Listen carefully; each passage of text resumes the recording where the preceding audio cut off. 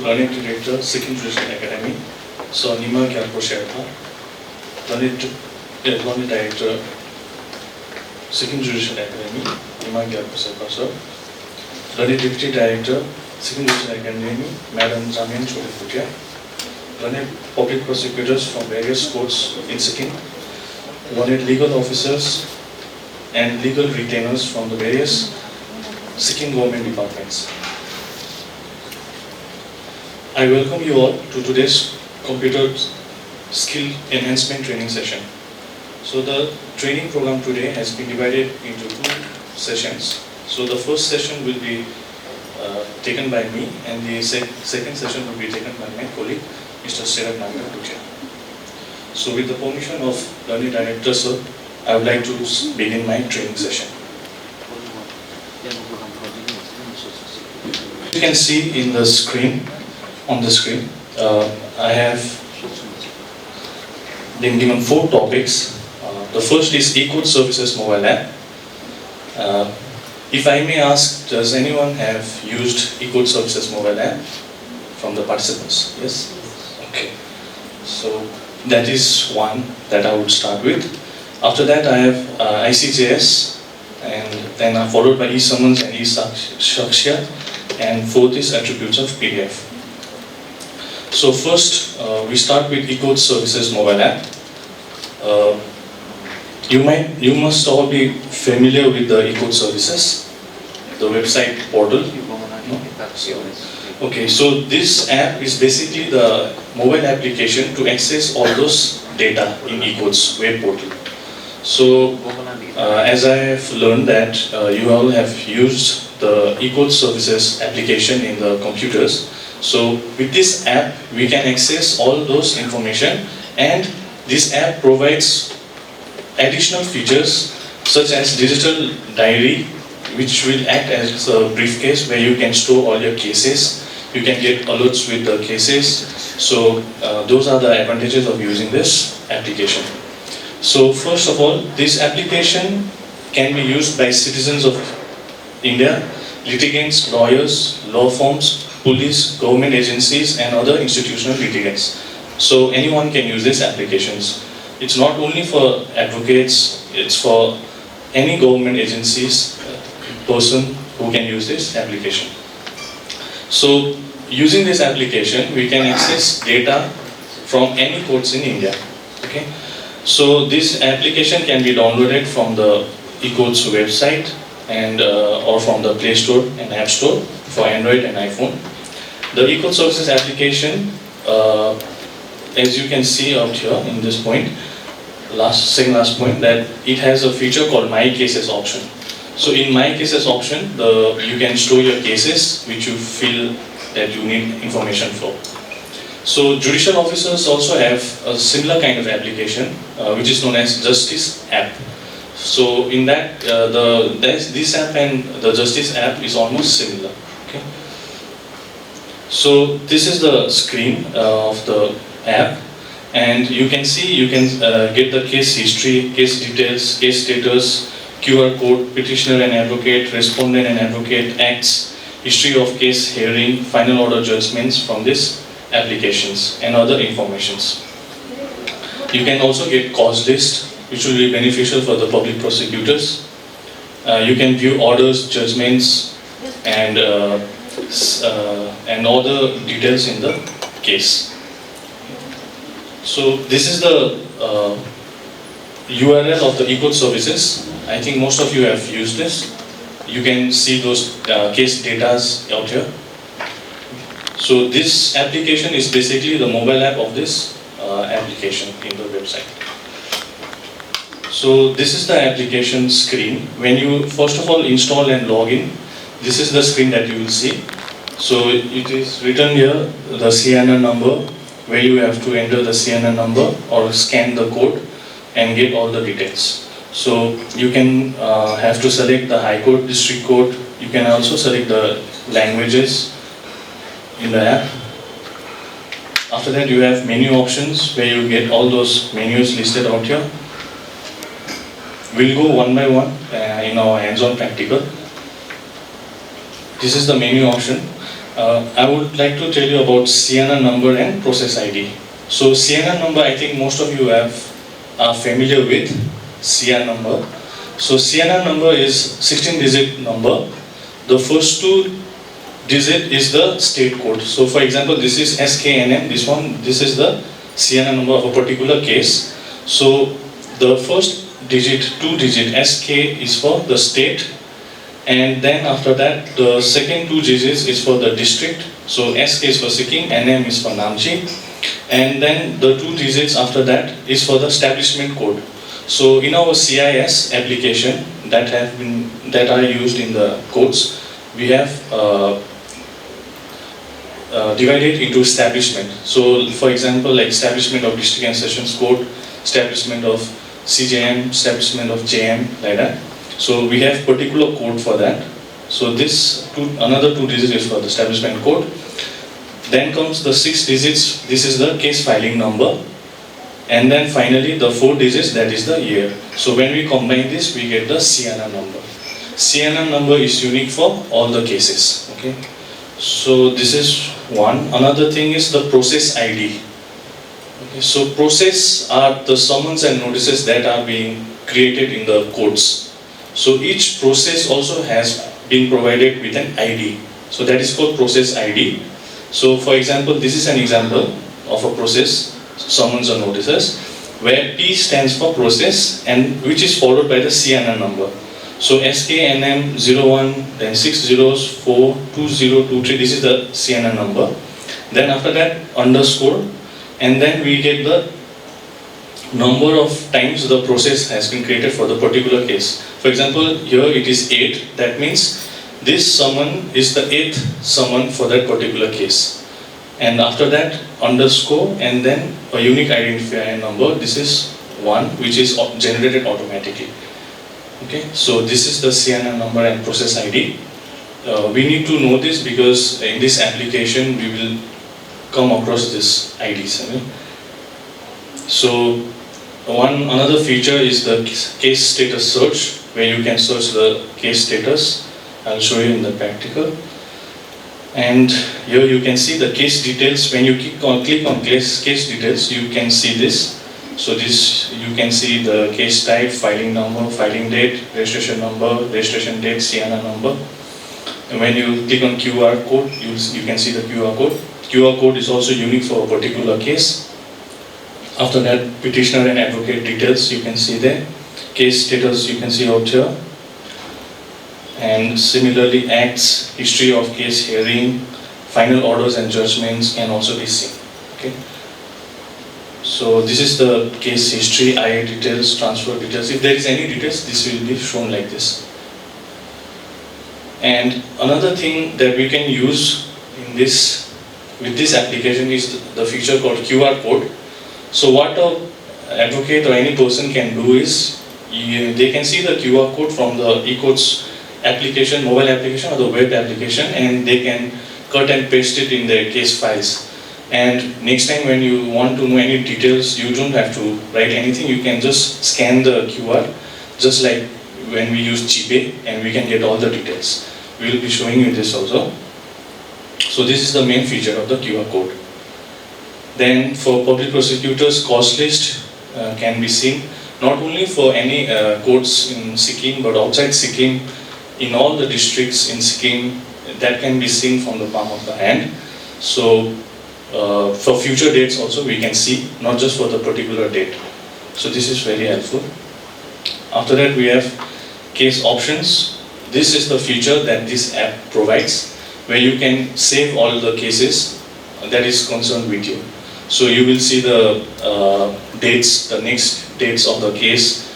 You will get notification, the last status. You can find this in this case option. So this, my case, this is the feature in this application. So there is a feature called calendar, where if you put my cases, so you can see out here the date is 2 and there are 2 cases. So if you put your cases in your my cases briefcase, then in the calendar you can see like when your cases are listed. Okay? We have backup facility in this, so you can back up your data. stored it, and then again restored it. There are other features where you can get information regarding e-pay, NGDJ, e-filing, India Code, forms of advocates, virtual codes. So we can do a hands-on out here. Okay. So I'll just show how it needs to be done. What you can do also, you can also install this app and scan this QR and get information. You can go to Play Store or App Store and download this app, eCode Services. Okay, so this is my mobile. I have shared the screen. So when I go to this application, there is an eCode Services application out here. So when I click this application, this is the first screen that I will be seeing. Okay. So if I have a QR code in my case file, what I need to do is just scan the QR. So for example, if I take this as an example,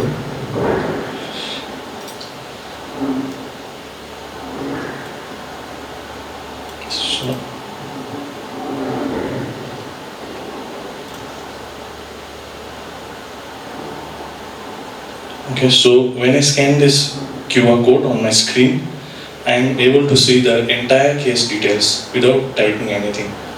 Okay, so as you can see the case history, it's in the establishment of District Assistance Court Namchi, Sikkim. And the case details you can see out there, the case type, filing number, filing date, registration number, registration date, CNR number, case status. Then you can see the QR code out here. Then petitioner and advocate, you can get the details out here. Respondent and advocate, the acts, submatter, FIR details is also can be seen. Police station TME, FIR number, FIR year, the case history, entire case history can be seen out here. So this is from the year 2023, and this is the latest hearing. So business of the date. So I can click out here and see the last business. So heard prosecution evidence. So the Court of District and Session Judge. So in this way I can see the details. If there are interim orders, I can see out here. So these are daily orders. So from 2023 till 2025, all the orders can be seen out here. I just have to click and you can see the orders. These orders are digitally signed and uploaded. So I can see those. After that, the process. So process is basically the summons and notices that are being served. So you can see the process ID out here. So from this ID, I can see this is the 10 number underscore 10.1. This 10 stands that this is the 10th process that has been created for this particular case. So these are the processes. I can see all the details of the process also. So in this way, we can see the case details. So this is the app, and if you want to change the language, there is an icon out here. So when I clicked out there, you can see English, Hindi, okay? And right now,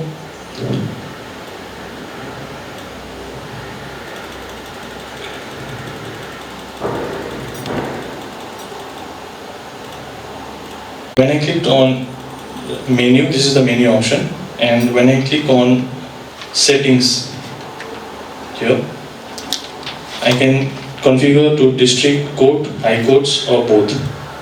So I've selected both, and you can see out here in the top, this is district court and this is high court. So I can select either district court or high court from all over India. Okay? So for example, if I select high court, so this is the high court, and for example, if I want to see the cause list, I have to click out here, select High Court of Sikkim, select bench, so date is for today, click on go. So this is the cause list for today. Okay, so in this way you can see the cause list and all the case details of high courts and district courts. Now if I select district court, then cause list, select for Sikkim district, Gantok Court Complex, District and Sessions Court Complex, Principal District and Session Judge, Civil, no criminal, no case. So if I do for Namchi,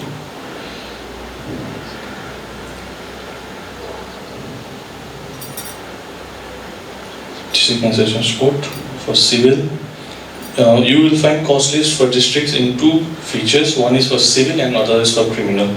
So if I select civil, these are the court cases listed for today in the District and Sessions Court Namchi, and for criminal, these are the cases that are listed. Okay.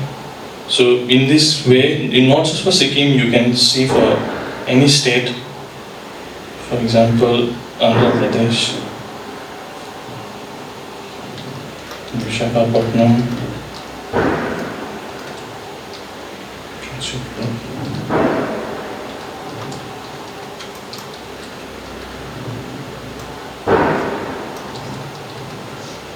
so these are the cases listed out there. In Andhra Pradesh, Visakhapatnam, Senior Principal District Judge Court. Okay, so in this way you can see all the case details, not just in Sikkim, all over India, and also for district courts, high courts. And so for example, if I have the case which I have seen out here, I need to store that case.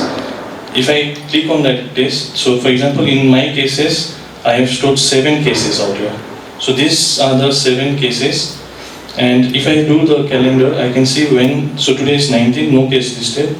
So when I go to October, and on 8th, I have 1 case listed, and this is the case. On 14th, another case is listed. So in this way, I'll get details of my cases.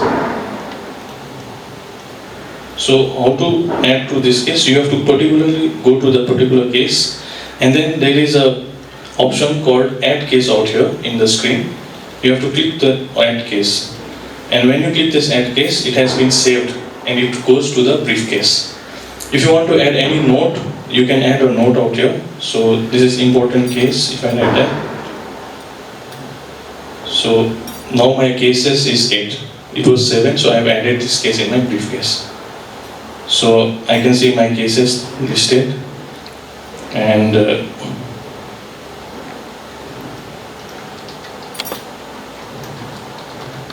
do it district wise also. For example, out here, Gantok, Namchi, Visakhapatnam, I selected that case, it's out here. So I can directly go to this case. So this is how we can use this app and access the details of cases like this. And so for example, if you don't know the particular case, but you know the filing number, FIN number, party name, you can search out here. After CNN number, you can see case status. So when we click on case status, and for example, I select Sikkim, then Namchi, then I can search from party name out here. I can select the code, Namchi, and enter details. So these are the, in this way I can find the cases. I can search using filing number, FIN number, advocate details. You can also search by advocate name out here.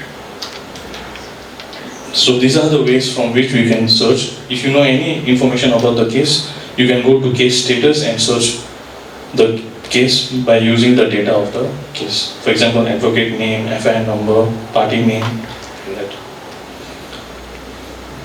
So this is the this is the app, and this is how you can use this app.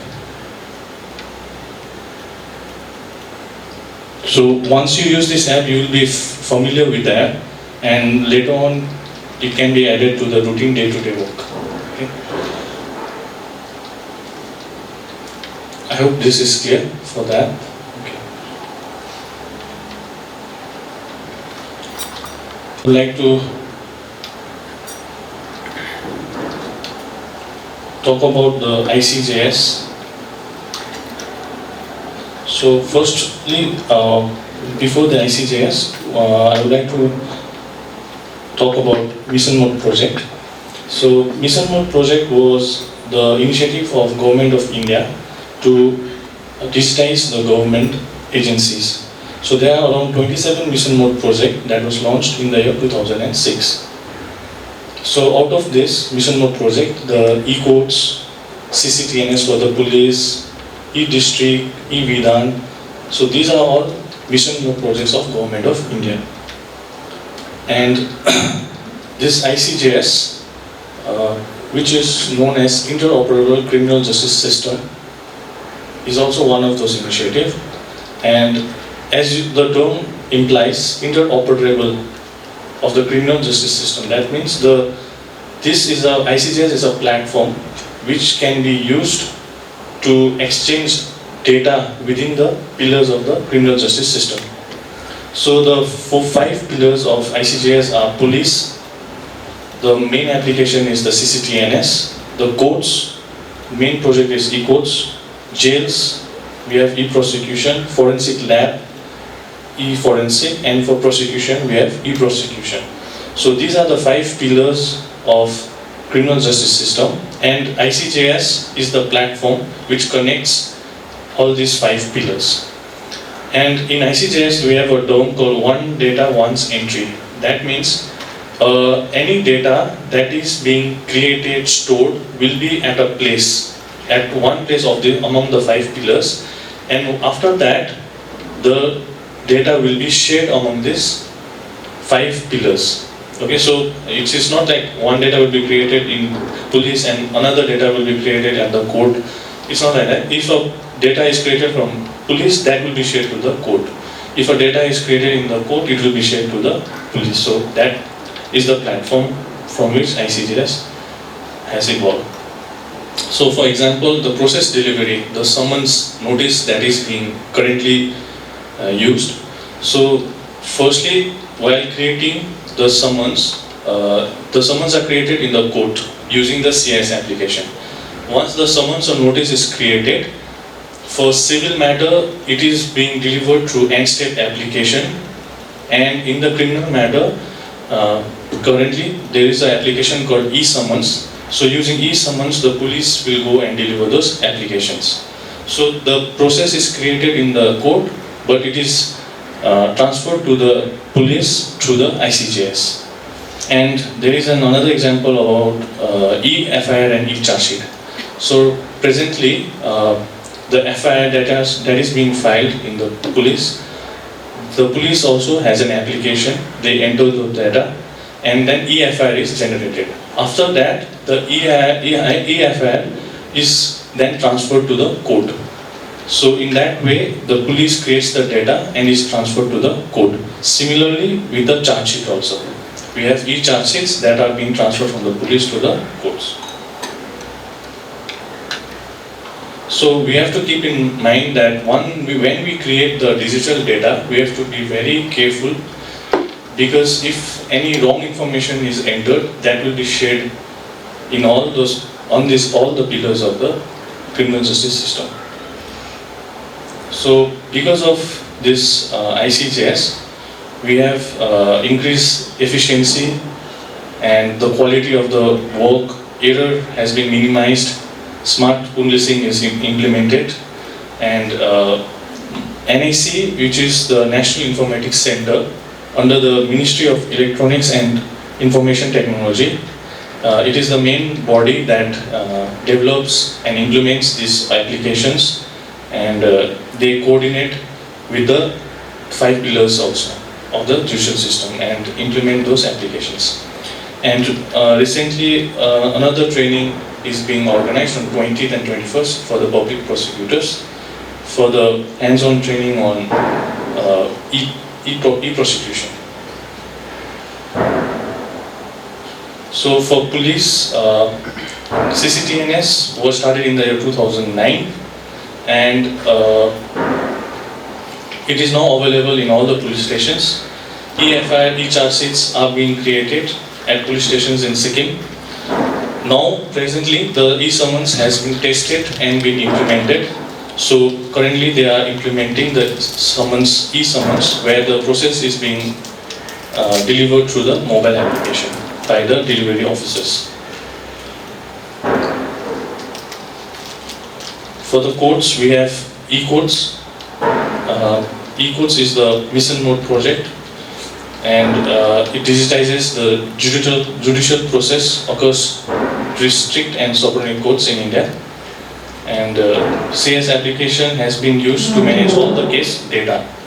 The process summons notice are being generated in CS application, and it can also be tracked using N-step.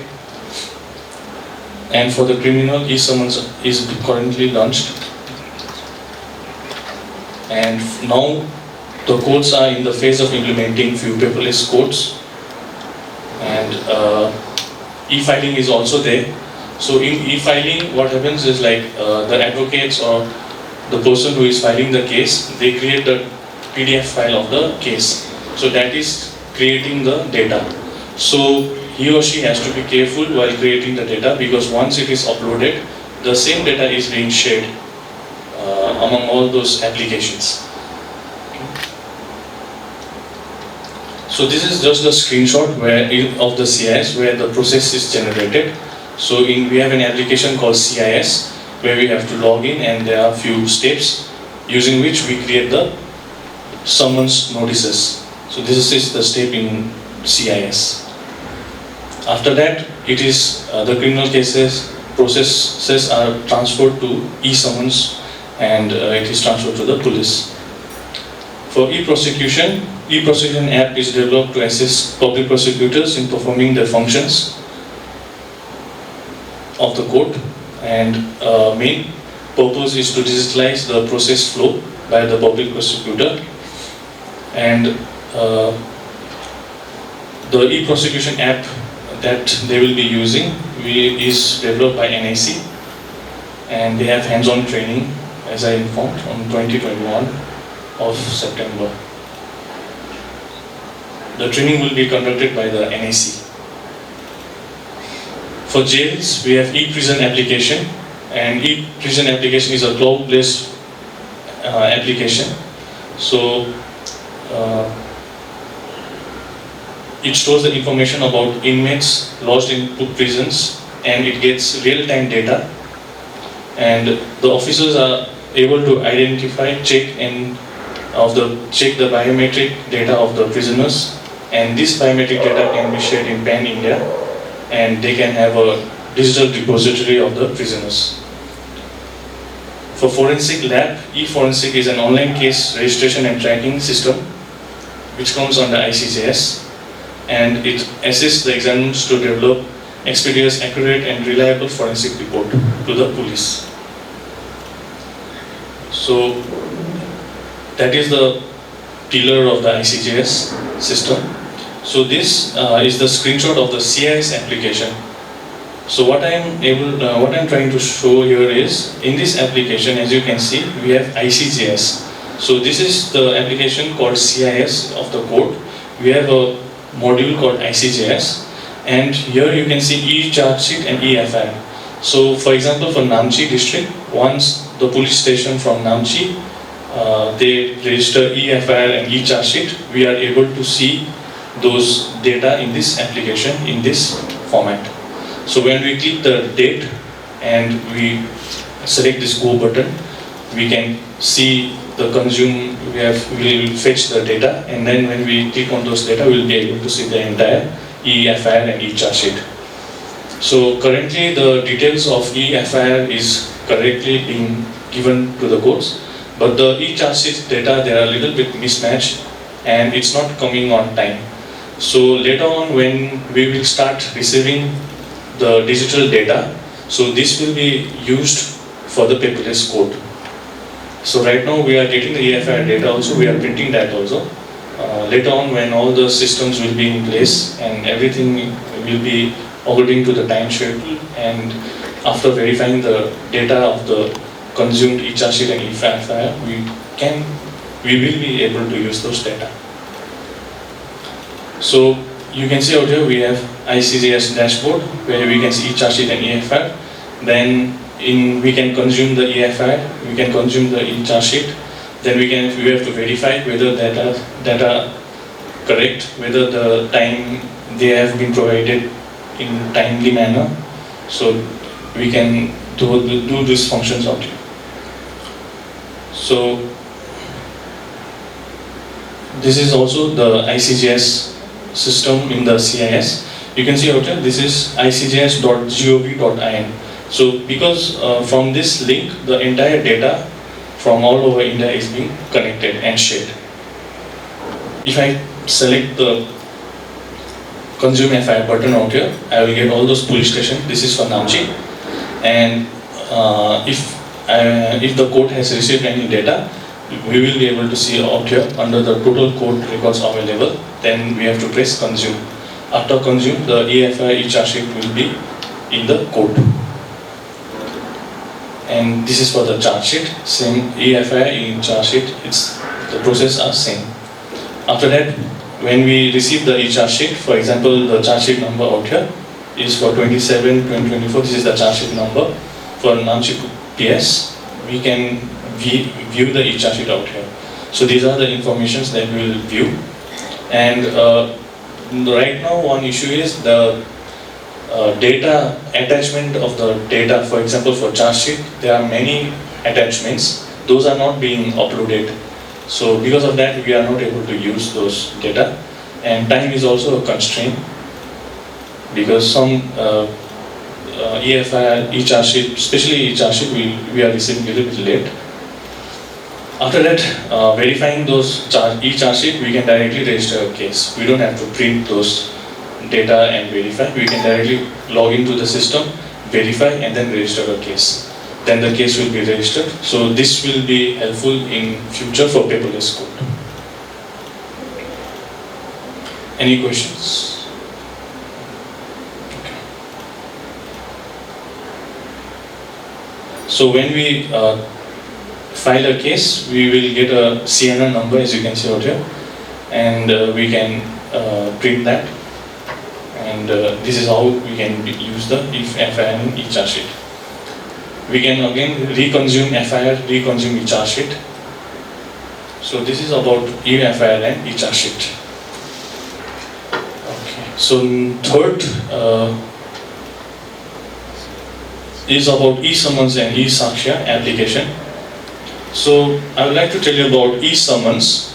So previously the summons were all being typed in the court. So later on in CIS application, there is a feature from where we can generate the process summons notice, not by typing, just by selecting few options. So when we select those options, the PDF of the summons is generated. So that is there, and there are few rules how the summons has to be used, because there has to be a seal, there has to be some designation, there is a format. So after that, all the courts out here, now they are not typing those summons. The CS application is generating the summons and notices. So once the summons and notices is generated, through ICJS, the application called NSTEP, NSTEP, is being used in the courts for delivering of the summons. And now NIC has launched e-summons application. Using this application, the police now will get their summons in their mobile app, and they have to go and deliver the summons on notice. So this application was tested in District and Sessions Court Gangtok, and it has now been implemented in Sikkim. The e-summons web application, similar to has anybody heard about NSTEP application? No. So okay, so we have for courts we have NSTEP application for delivering the summons through mobile. Similarly for police we have e-summons. Okay, so this application is developed by NIC, and it's police are the implementing agency, and it is similar to NSTEP, that is for the court side. There is a web application and there is a mobile application. all the all the summons will come in the web application. There will be an officer, and he or she has to allocate those process summons to the delivery officer. So for example, Namchi district, the entire district will be divided in few zones where the police delivery officers will go and deliver. And those delivery officers will be given mobiles. In their mobiles, they will be installing this e-summons mobile application, and there will be a single person from who will allocate all those e-summons process to the delivery officer, and then the delivery officer will get the process in their mobile phones. Okay. So this is being, there are new laws in the BNSS where it outlines the process of serving digital summons. So these are few sections. So for e-summons features, these are those features of the e-summons. So there is a person called authorization who will authorize the e-summons to the delivery officers. Okay. So you can see those e-summons in the mobile application, web application, and after that automatically the data will be given back to the court. So this is the step where the summons is generated in the CIS in the courts. Okay, you can see out here criminal process. These are the few tabs they have to select, and after save, when we click on save and next, process is automatically generated. So they don't type for the summons. So this is the template. So this is how process is generated. So we have to have the seal. This is the process ID. This is the QR of this particular process.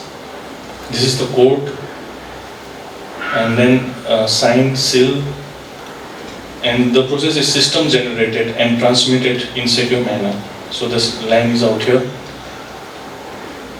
So this is the e-summons web application. So when the courts generate this summons, the police personnel who will be assigned this work has to log into the e-summon web application. So when they log in, they see this kind of screen. Okay, so this is from Madhya Pradesh. So this is the screen. In this screen, he or she will be able to see the process like this. And when he will click on this PDF, the summons will be shown out there. So according to the location, the admin will allocate this, transfer this process to the process delivery officer. So when we click on transfer and select the process delivery officer's name and assign this, then the process delivery officer will have this mobile phone application, and when they log into this application, he or she will be able to see the process like this. So when the police delivery officer will see this summons, while delivering that summon, he or she has to go to that place and then take the photo of the person while delivering it, and then upload it, take the location data, upload it, and then sign out here and then upload it. So these are the three steps that the delivery officer has to do. And once he clicks on save, it will be uploaded in the e-summons application. So in this way, the digital delivery of the processes is done. Next is the e-Saksha application. So this is for the IO investigating officers. Due to the BNS and BNSS laws, this is there are steps to record digital evidence in digital format. So e-Saksha is an application using which the investigating officer can upload and has to follow few steps in order to record the data. So it captures real-time data, secure and storage preservation, digital authentication, web portal, legal compliance. So these are the rules for the videography and capture of photo. And after he submits, he will get a certificate that he has certified and uploaded the data. So this application is not yet being used, but in future this application will be implemented. Okay, so now since the creation of data is very important in the courts, and right now like the e-filing is there where they create the PDF, they create data from all those cases into a PDF. There are records, case records. So because of that, PDF is very important in the day-to-day function of the office. So I would like to discuss few topics out here. So PDF, as you all know, it is a standard format that we all use in the office, right? So after that we have an OCR called optical character recognition. So normally I think you must have come across when you open an PDF, you can copy the text of the PDF. So those PDF are OCR character recognized PDF. That means you can copy all the texts are in text format. Okay, and there are few PDF where you can't copy the text. So that is like the entire PDF is like a photo. So it's not a text. Okay, so for digitalizing, we need to make all those PDF OCR. The text has to be there. You have to able to copy those texts. Okay, so this is very important because, for example, speech reader, screen reader. If the PDF text is not readable, then you won't be able to read those texts. So hence, this OCR is very important. And there are few guidelines, SOPs, rules where there is mandatory that it has to be an OCR. Another topic is PDF-A. Okay, so if you click on the properties of PDF, you will find many details of the PDF. So this A stands for archival. Okay, this is a format that ensures for preservation of data, especially for case file records, the old case files that needs to be digitally preserved. So that has to be PDF-A. A is for archival. So we have to see this also, PDF-A, for long-term preservation. Another one is accessible PDF. So those PDF are for most people to view it with the document, and audience whose vision, hearing, mobility is imparted. And like I said, the screen readers can be used for this PDF, and this is also a property of the PDF. So another term is PPI and DPI.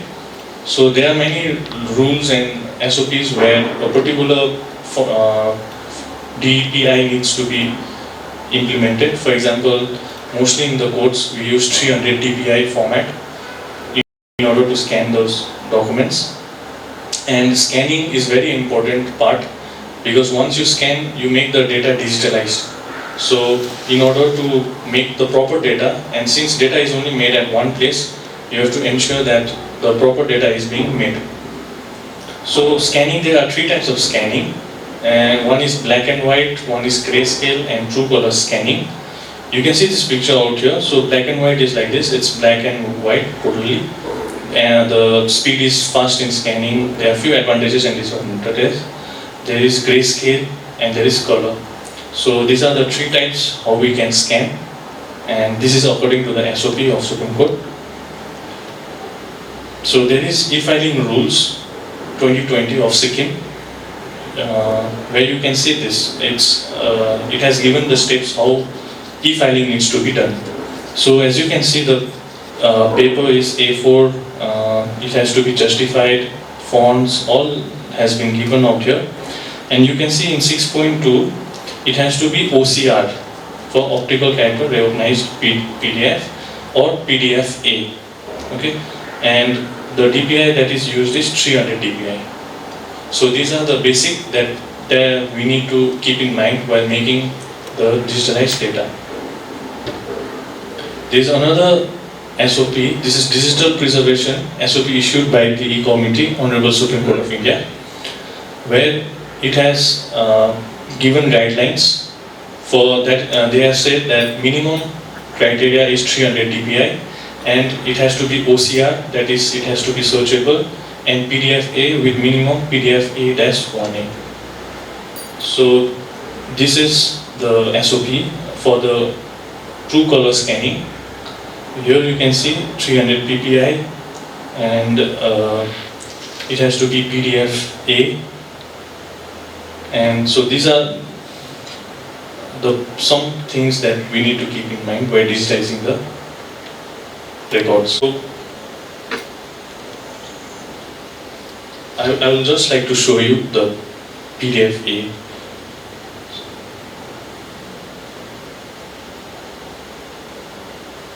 So normally what we do is we type in this word. So for example, we are tasting this, and then we convert this into the PDF file, right? So when we convert, we save as. Then if I click on desktop, I'll select this as PDF. Okay. So PDF, I'm saving the PDF format of this text Word document. So there is an option out here. When I click on option, you can see out here, this is the option for compliant PDF-A. Okay, so I have to make sure that I have ticked this option, PDF option. So when I click this PDF option and save, then this PDF file is PDF-A. Okay, if you don't tick this file, this is normal PDF. Okay, so these are the ways in which we can make a PDF-A. So these are a few things that we need to keep in mind and which are very important.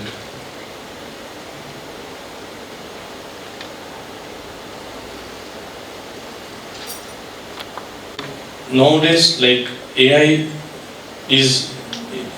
comes in many applications. For example, the Adobe Reader, when I open this document, SOP document, the AI is sourced out here, and it asks me whether the AI needs to just give me a brief about this PDF like that. So these are also few features of many applications right now. And for digitization, later on for paperless codes, we need application for editing this PDF. And for editing those PDF, Honorable High Court of Sikkim has provided subordinate codes with SIST WEAK PDF editor. These are being purchased, and it has many features. And for free tools and applications, you can use this Ocular tool, which is free, and PDF Gear, which is free and installed in your laptop. And using this application, you can do a lot of work in the PDF. You can underline, write, circle, draft, like this. Okay. So you can, for free PDF applications, Ocular tool and PDF Gear, these two tools can be used. With this, I would like to end my session. Thank you. Are you ready?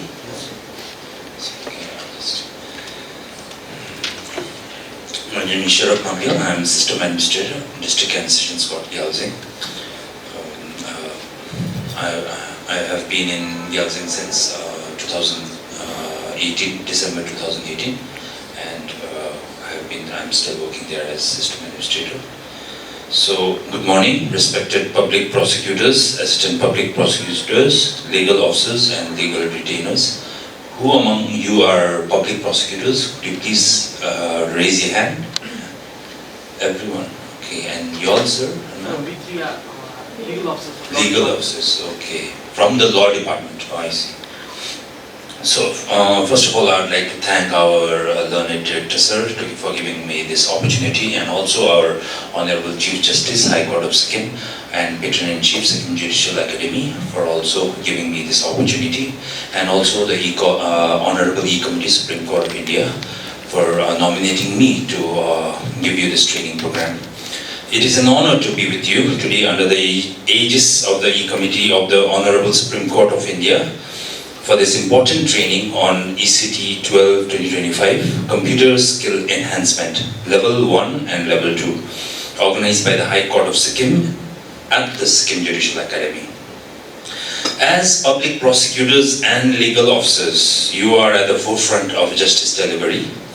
While your core responsibility is the presentation of facts and arguments in court, today's digital era demands more. Courts are moving rapidly towards e-filing, digital record keeping, and paperless hearings. This means our efficiency now depends not only on our knowledge of the law, but also on how effectively we can handle documents, communication, and court technology tools.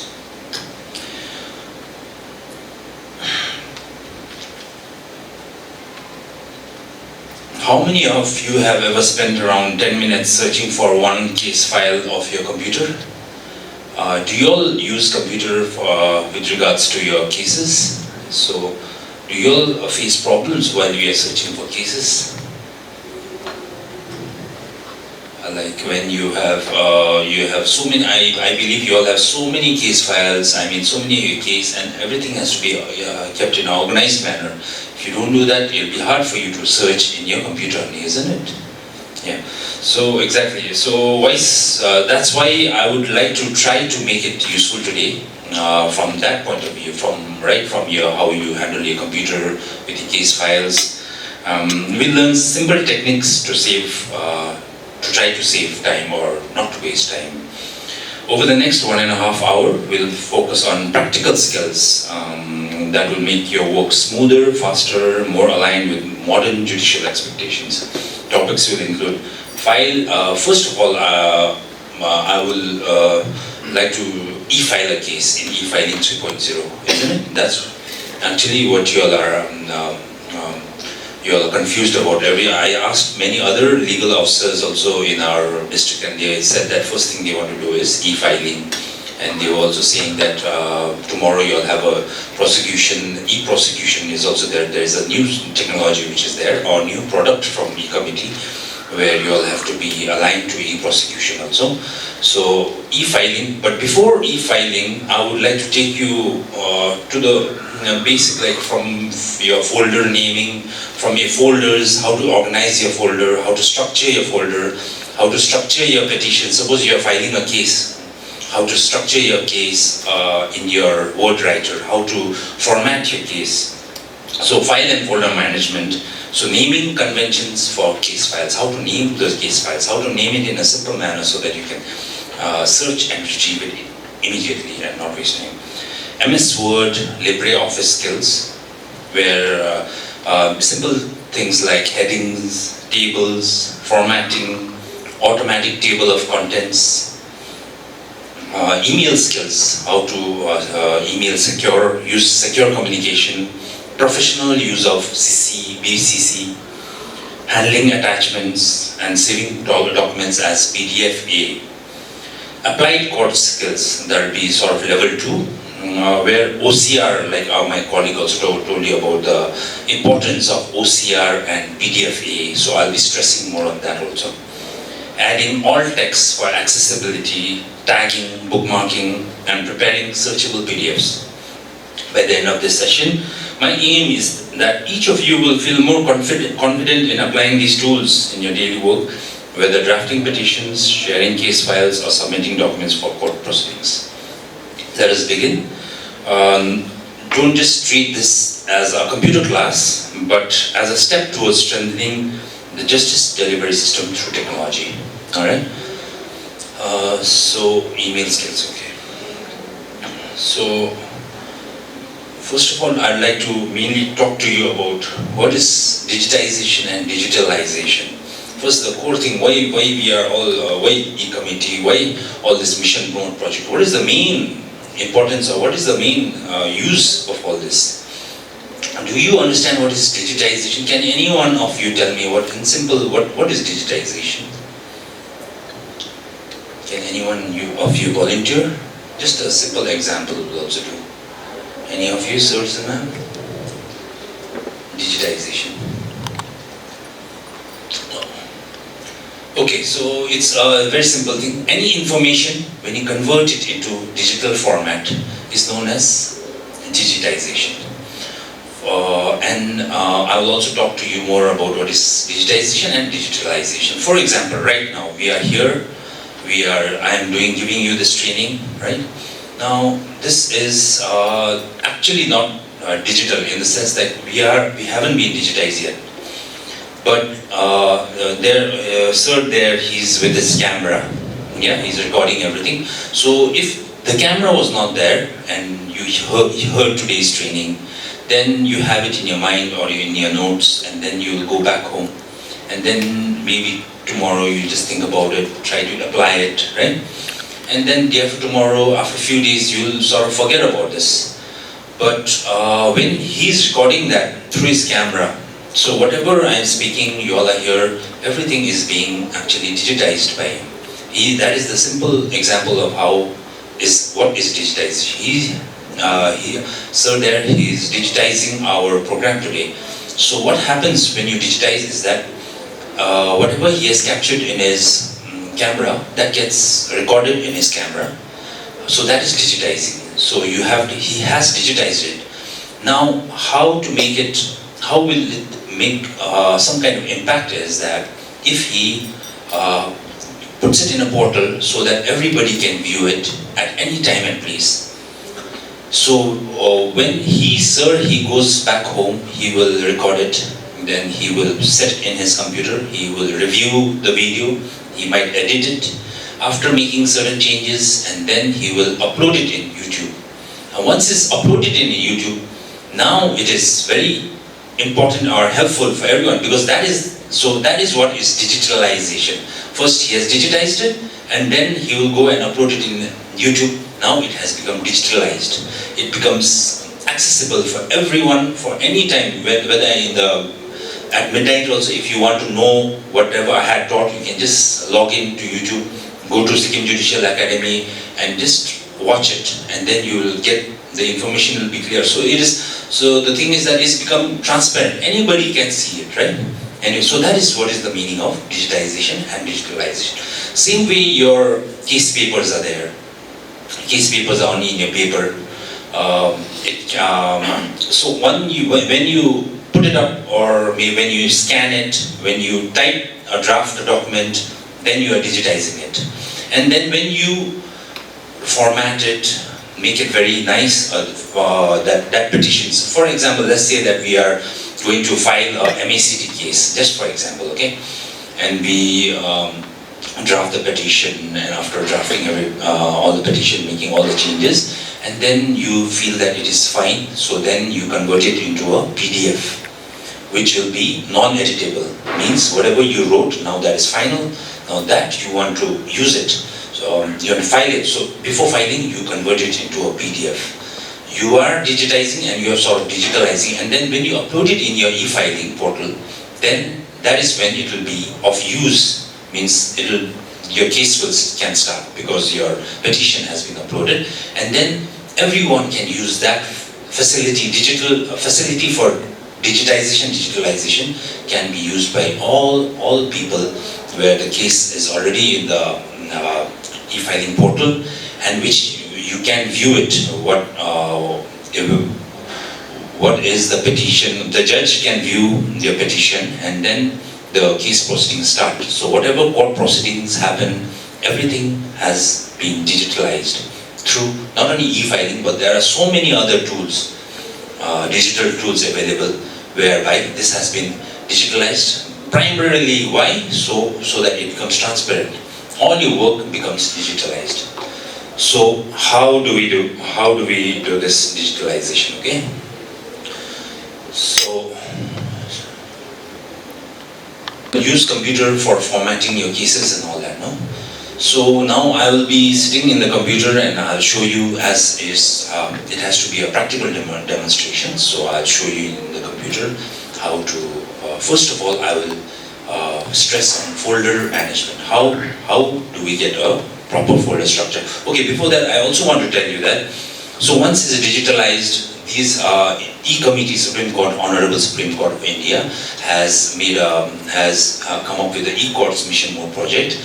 Whether it's comfortable or not to us, we have to use it because that is going to give value to a lot of people. It is going to be transparent. It is going to be accessible. It's going to be transparent. How is there are so many products that digital technologies and products that the E-Committee has deployed in order to use it. One, before we used to file our cases to the court. Then it changed. Then we had to start filing our cases in the Judicial Service Center, where they used to take your documents, they used to scan it, and then they used to file it in the filing center. Now the tools or the technology has gotten so advanced that you can also file the e-filing. You can file a case from anywhere in the world, sitting at your home. But the prerequisite that you need is that you have to have a computer. You have to have a computer with the operating system. Say, for example, we have Windows, which is always used by most people. In the courts, we all use Ubuntu operating system. That is like an operating system is like a driver for your computer. Let's say for your hardware, it's like a driver, how to drive, and then you can do so many things in it. So Ubuntu is used, and then in Ubuntu or the Windows, mainly we use to structure our petitions. We use word processor. Word processor, like for Microsoft, we use Microsoft Word. Microsoft has a suite of softwares where you can do so many other things. The most importantly, we use Microsoft Word to structure our petitions. We use PowerPoint to make slides. We use Excel for other work. So similarly, in Ubuntu also there is a suite of softwares where the word processor is LibreOffice Writer. In court we always use Ubuntu. There is a reason why we use Ubuntu is when we use Microsoft, you have to usually buy all the suites and softwares of Microsoft, but Ubuntu is a free software. Anybody can use it. You can also use LibreWriter, which is it's free. You don't need to buy it. It's an open source software. That's why the courts are using Ubuntu, because it's a free software, and most importantly is Windows is a very popular software, so it is susceptible to virus attacks. People always trying to pry and play with it and trying to damage it. But Ubuntu is very secure. I have been using Ubuntu since 2018. Until now, I haven't faced any issue where my computer has crashed up. So actually, maybe I'm not using so many softwares, but like when I use Ubuntu, it's very secure, and it's very reliable.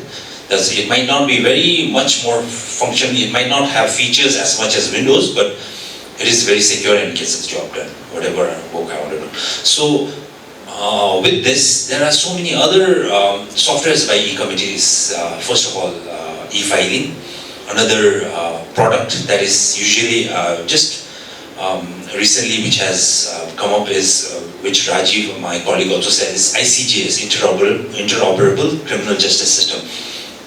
ICJS is trying to digitize, not only our courts have been digitized, but through ICJS what they want to achieve is that they want to even digitize the police stations. They want to also even digitize the forensics lab. So whatever happens when an FIR is brought to the police, he will take the handwritten note and then he will have to put it in the computer and then upload it in maybe another software which will be developed. So that is what is happening everywhere. Everybody is working or going towards digitization. That's why you all also have to keep up with it. You all also have to have knowledge on it, and that way you will be much more empowered, you will be updated. Knowledge is powerful, knowledge is power, they say, but updated knowledge is power.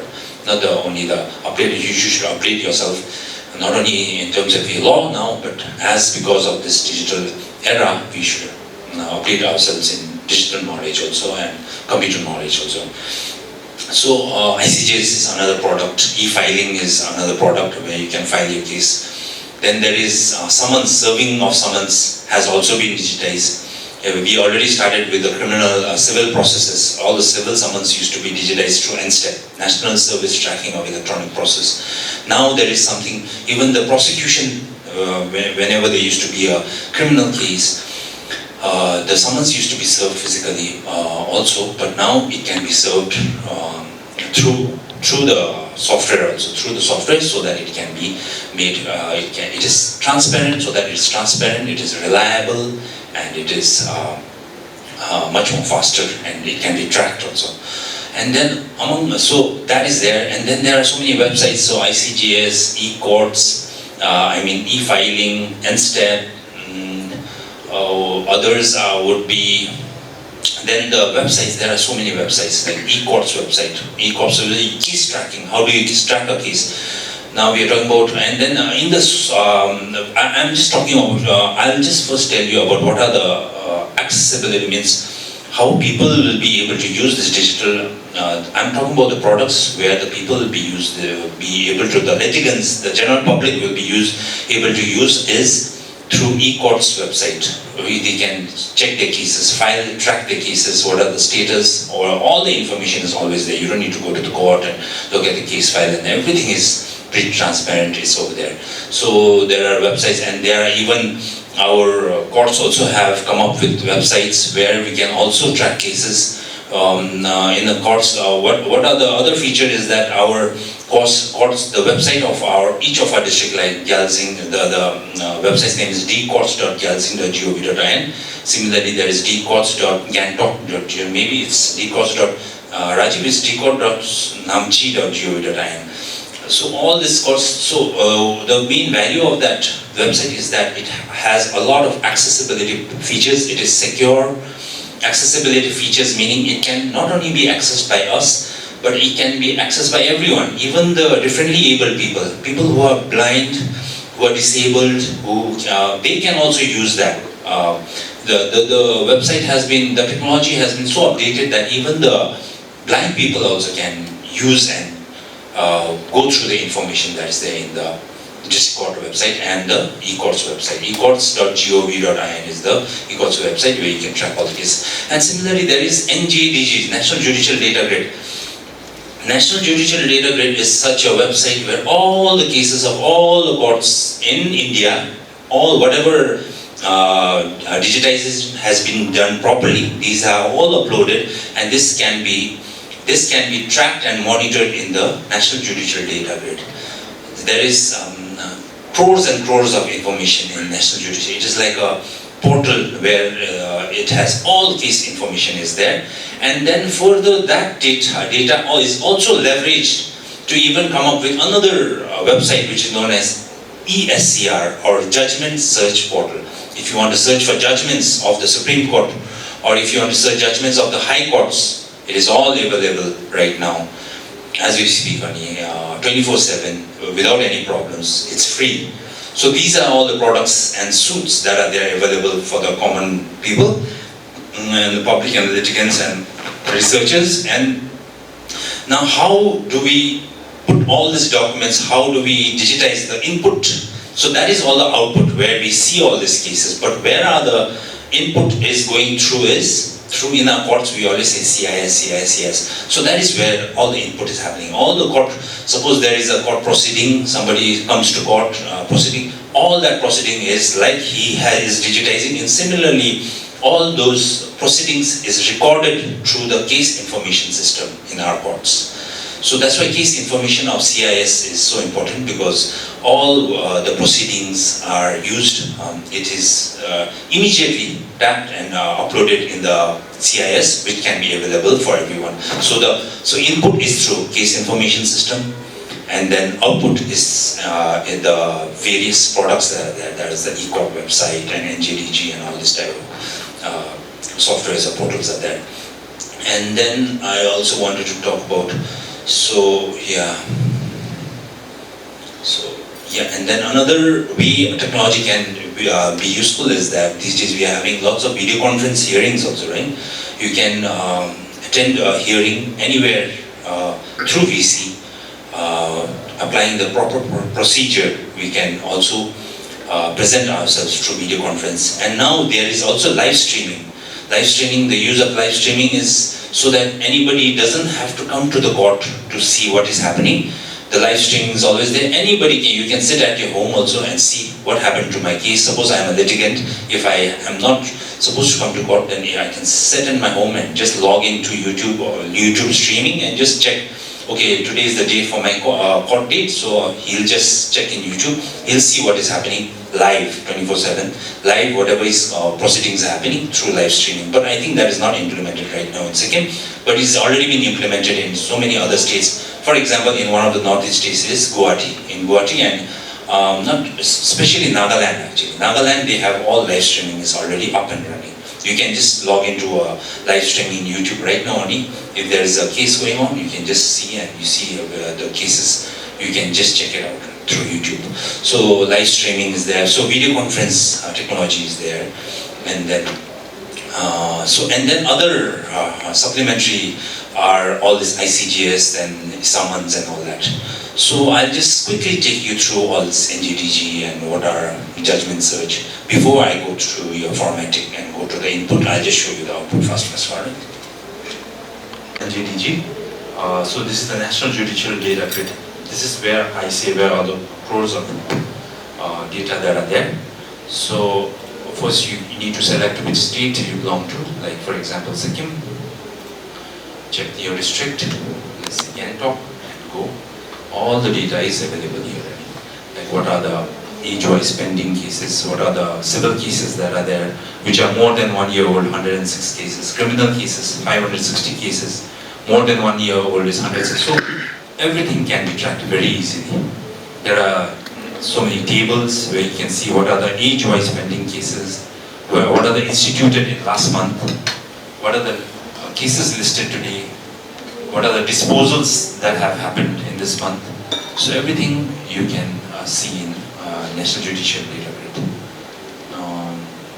So here there are two options. There is Supreme Court NJDG, High Court NJDG. You can even check the data of the High Court also. You just need to click High Court NJDG and Supreme Court. And then there is, so this is High Court NJDG. I'll go back, revert back to the District Court NJDG.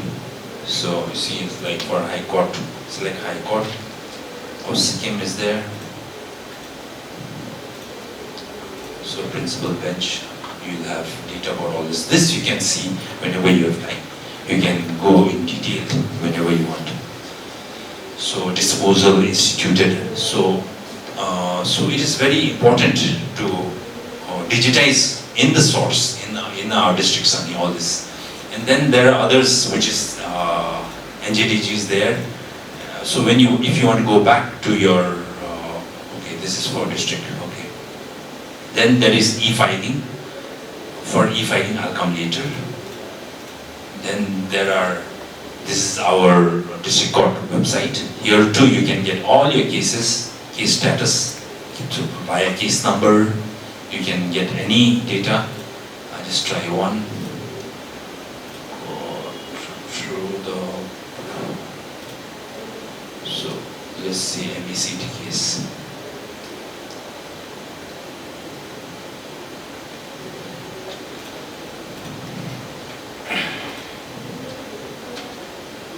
Or 2024, you have to enter the CAPTCHA.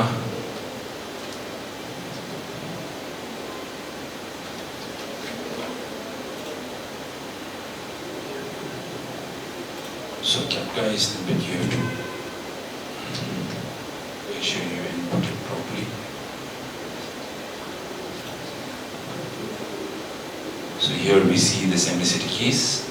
When you view it, you can view when was the registration date, all the details are here, even the orders that are there, the daily orders are all there, it's all uploaded. So whatever you get here, you will also get in this website. This is another website, this is known as the eCourts.gov.in. This is the Supreme Court website which has pretty much all the cases of all the high courts and district and taluka courts. So drill down to your district court services. Same data you can also find it over here also. I think you have tried all this now.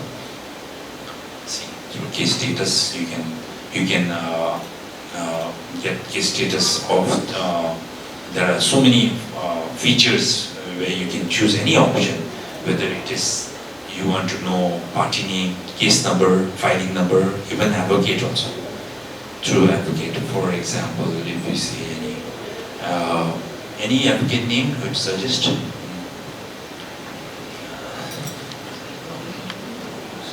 Right.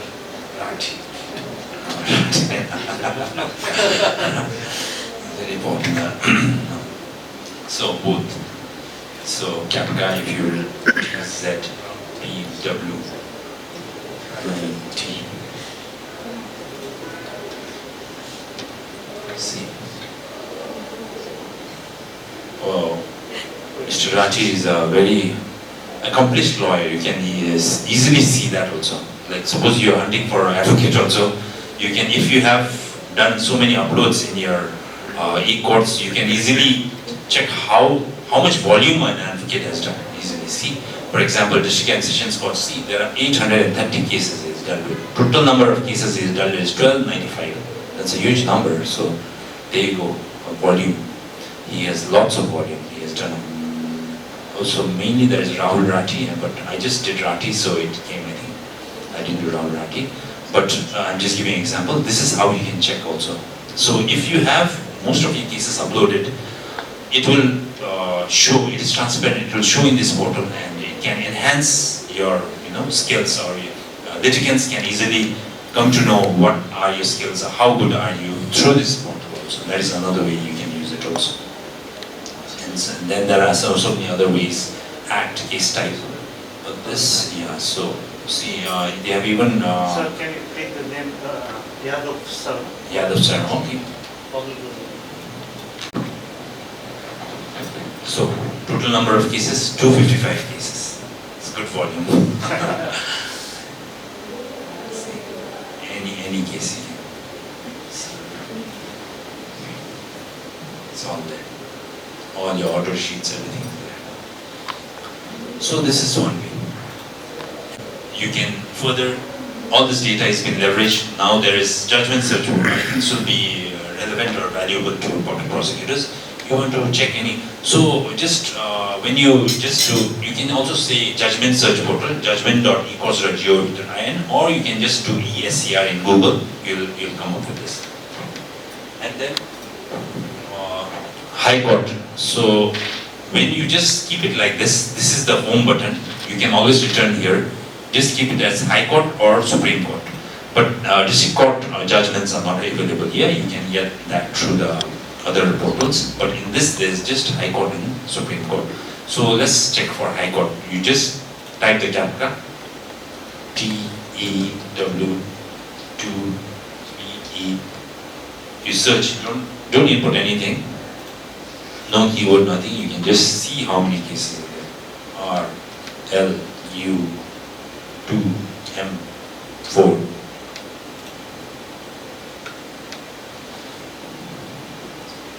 So you can see 1,68,27,315 cases in the High Court of India.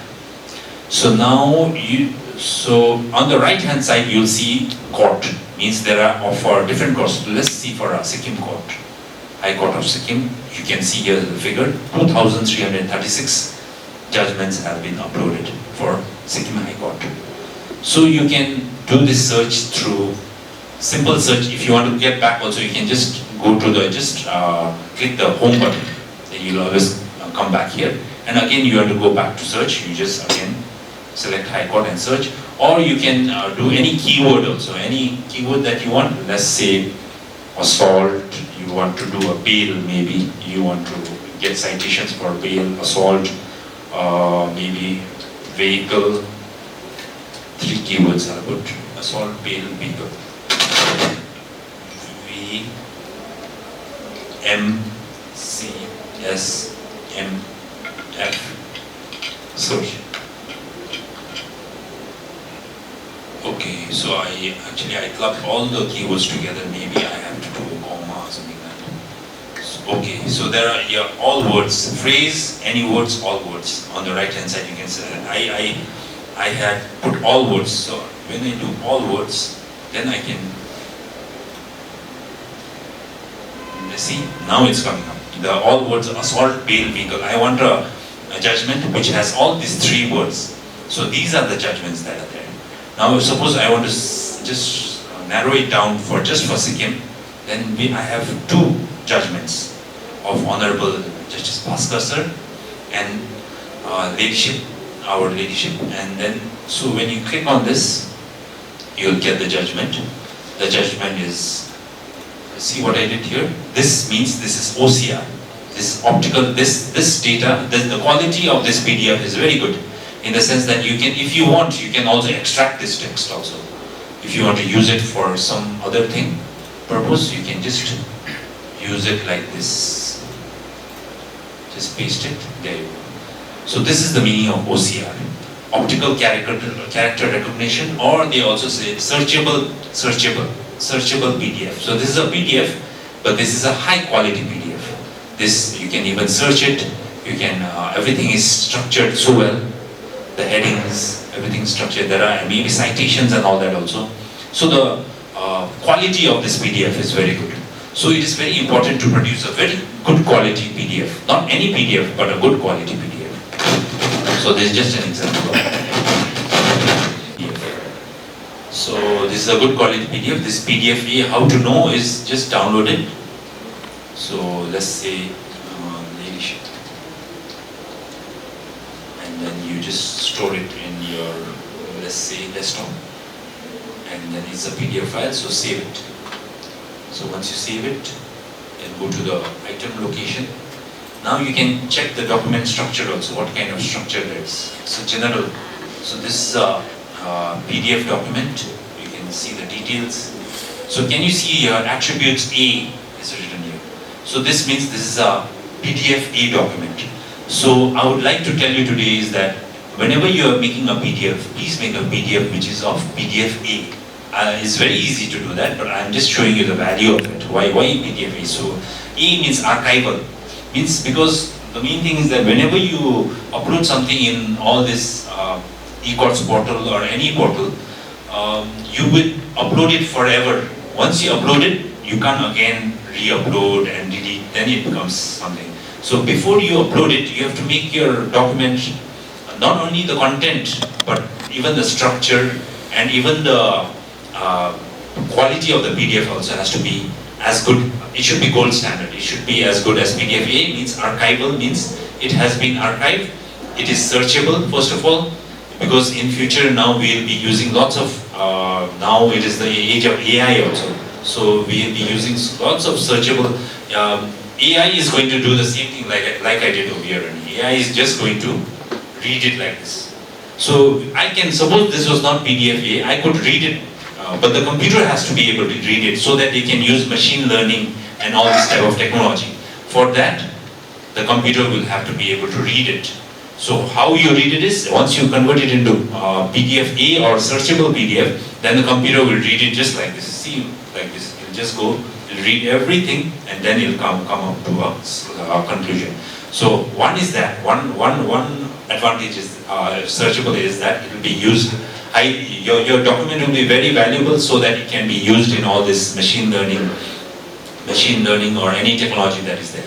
Another thing is to also, the Supreme Court of India has identified that PDF A is the gold standard. All our documents, whenever we are uploading through e-filing also, has to be PDF A, because it wants to save it. It wants to save it from technological obsolescence.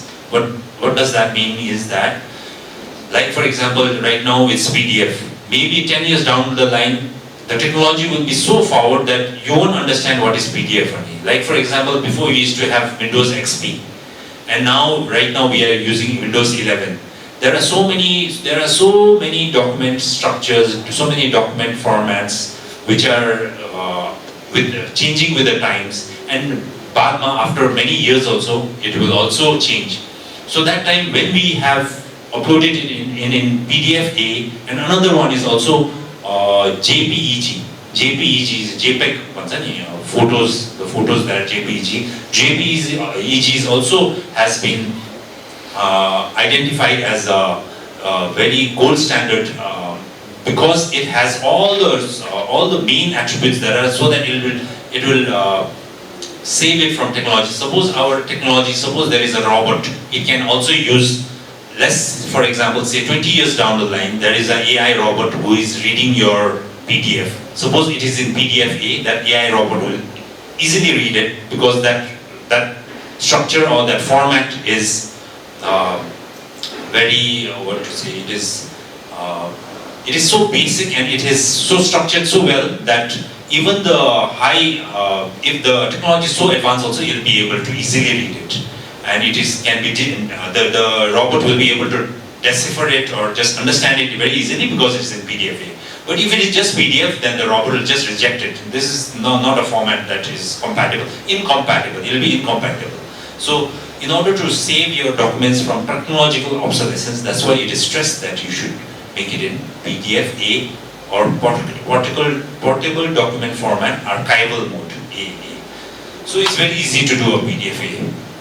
You can just, whenever you are saving a document, save as, that time there is a, like this is another, like, there is no, okay, sorry, export as PDF. When you do PDF, we just do export, but we don't see all the options that are there.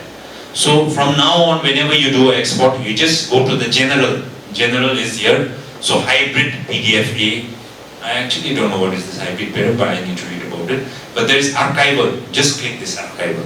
Just make this your habit to always click archival. So once you click this archival PDF-A, means it complies with ISO 19005, and so it is PDF. So there are so many versions also in PDF. So PDF-A3B. Actually the gold standard is PDF-A1A and PDF-A2A, but these options are not there. But still, whenever there is an A, it's good enough. You can just do PDF-A3B also, or you can just do anything. PDF-A1B is also good. Another one is universal accessibility. If you click this, then your document will be readable by a blind person also. It's universally accessible. It becomes automatically used. And then there are tagged PDF also. That is all your tags and whatever headings are, that will be. So then there are other things for structure. It's already checked, export or outlines, placeholders, comments. So these all you don't just remember. Just one thing is that just click this archival PDF-A and just do universal. Your document will automatically be a very good gold standard. That's it. Then you don't need to do any other. Another one is like Rajiv said, DPI. 300 DPI, 150. If your document itself is well structured, it doesn't have to be very high DPI. It can be low, 75 DPI also. Why DPI matters is that if it is 75 DPI, then your output document will be of less size, maybe just 2 MB. And if it is of small size, what will happen is if it has PDF-A also, it is 75 DPI, means suppose your structure, you have written your petition in a you have followed all the rules in the sense like you have Times New Roman, the letter sizes are 14, and if you have conformed to all this, then you want to have your document is very huge. If it is very huge, then you can your main objective is to upload that document. That document size should be small, because it will be easy to upload and easy to download also. When the document size is big, it is very hard to upload and hard to download. It will take too much time. It becomes tedious. So that's why this DPI, 75 DPI also work if your document structure is fine. But if your document is like handwritten notes, FIR which you have scanned, which you can't see, you can't see properly, then you should not do 75 DPI. Then you should do 300 DPI. And if it is very poor quality, then you can also do 600 DPI. Means the computer will enhance the quality or visualization properties of that document. So this is the DPI change that you have to make. So for now, we'll just keep 300 DPI is the normal standard. Everyone is encouraged to do a 300 DPI. But if your document structure is very good, then you can do 700 DPI. So that's not a problem. So when you export it, So let's say you just export it in your desktop, folder name, and you save it. Now this, as this is, so you can even check it if it has folder attribute A. So you just go to security details. Here you will see attributes A. Means now your PDF is automatically a high quality PDF. Now it is ready for upload. Once you upload it, it will be accessible. It will have attributes A. It is accessibility, and it is saved from digital obsolescence. In future also, means 50 years, 60 years down the line also, anybody can retrieve. They say once you upload something in the internet, it stays forever, no? Something like that. But if you have a gold standard PDF, it'll have more value. Yeah, value will increase. Just for example, a playful example. Let's say this is a document. This is today's schedule. This is, see, when I'm doing this, I can't do searchable. This document is just PDF, but this is not PDF. See, I can't search it, I can't do anything, I can't copy paste, nothing I can't do. It's just like a photo, it's just an image. You are able to read whatever is there, but the computer will not be able to read whatever is there. Computer can't work its magic on this document. So you can check that by just when you do properties, you go to properties, you just see the details. Oh, it has PDF, but it's not searchable. This one is, the searchable thing has not been, I don't know how it came here also. It should be, anyway. So for example, this is not searchable. Just understand that it's not searchable. So this is a low quality document than that other document which this document is Gmail account. So once you have Gmail account, you will have Google Drive also. So in Google Drive, I'll just show you. For example, you just do file upload, like folder naming, you upload it.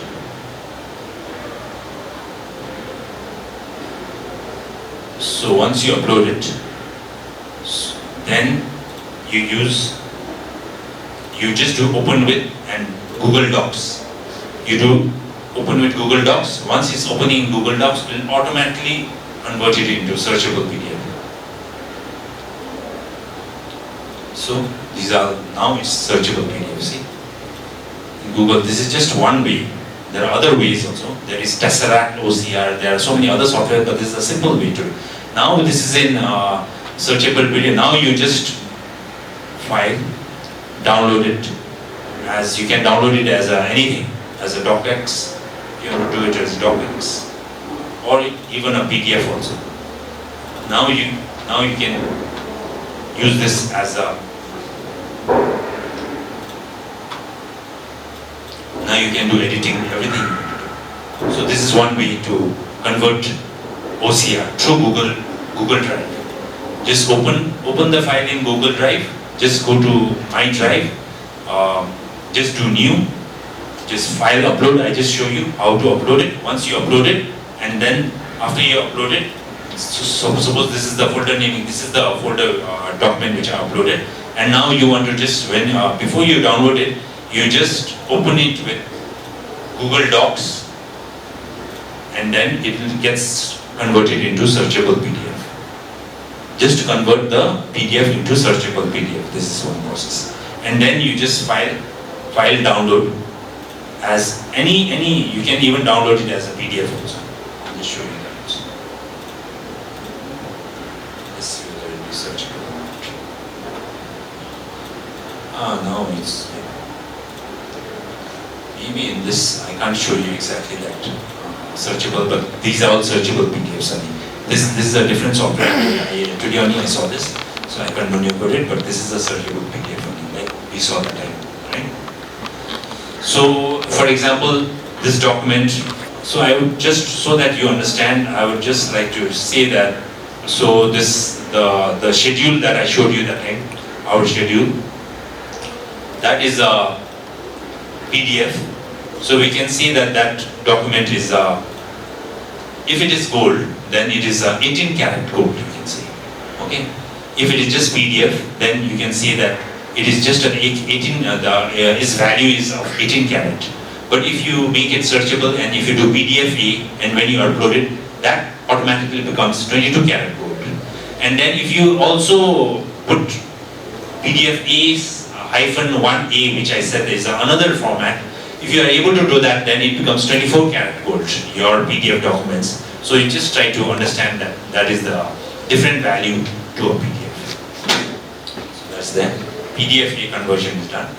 So straight away I'll go now to your folder naming.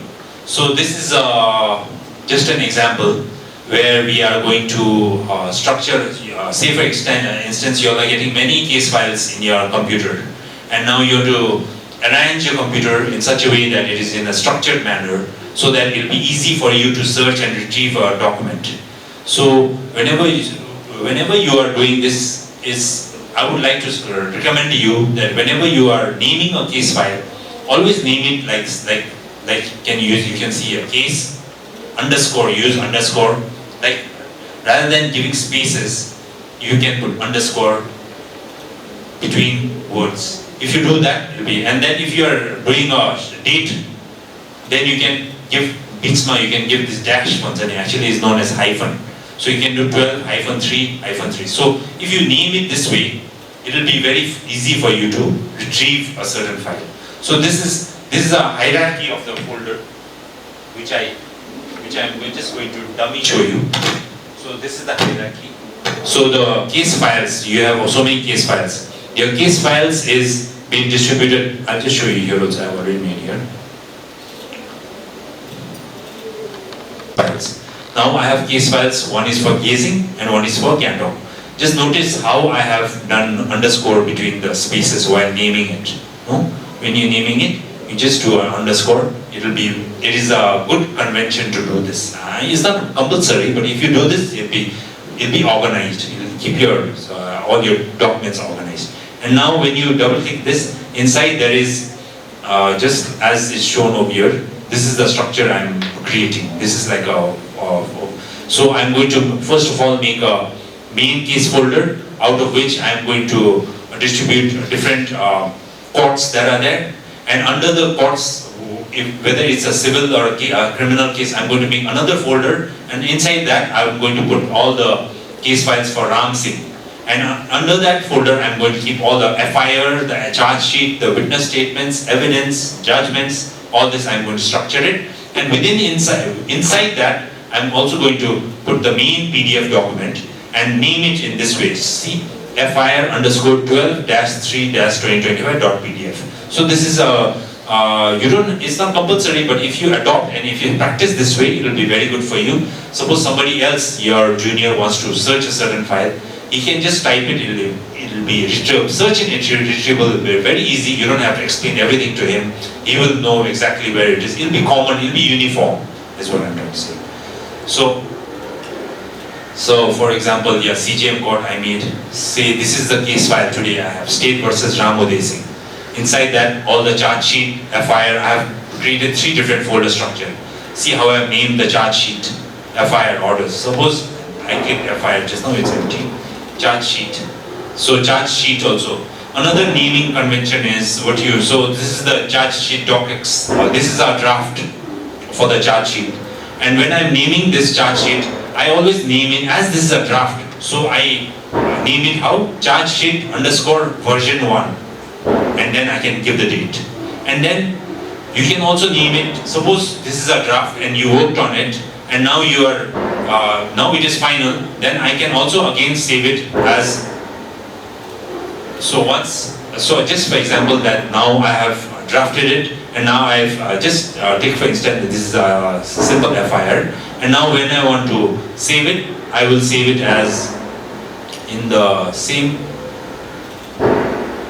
I will save it in the same folder, case file Sikkim in Gangtok Sessions Court, on this CGM Court, Gyalshing in FIR.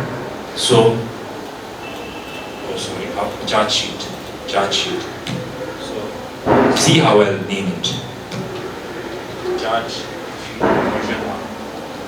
So, I can also do, now if this is final, then I just type FINAL.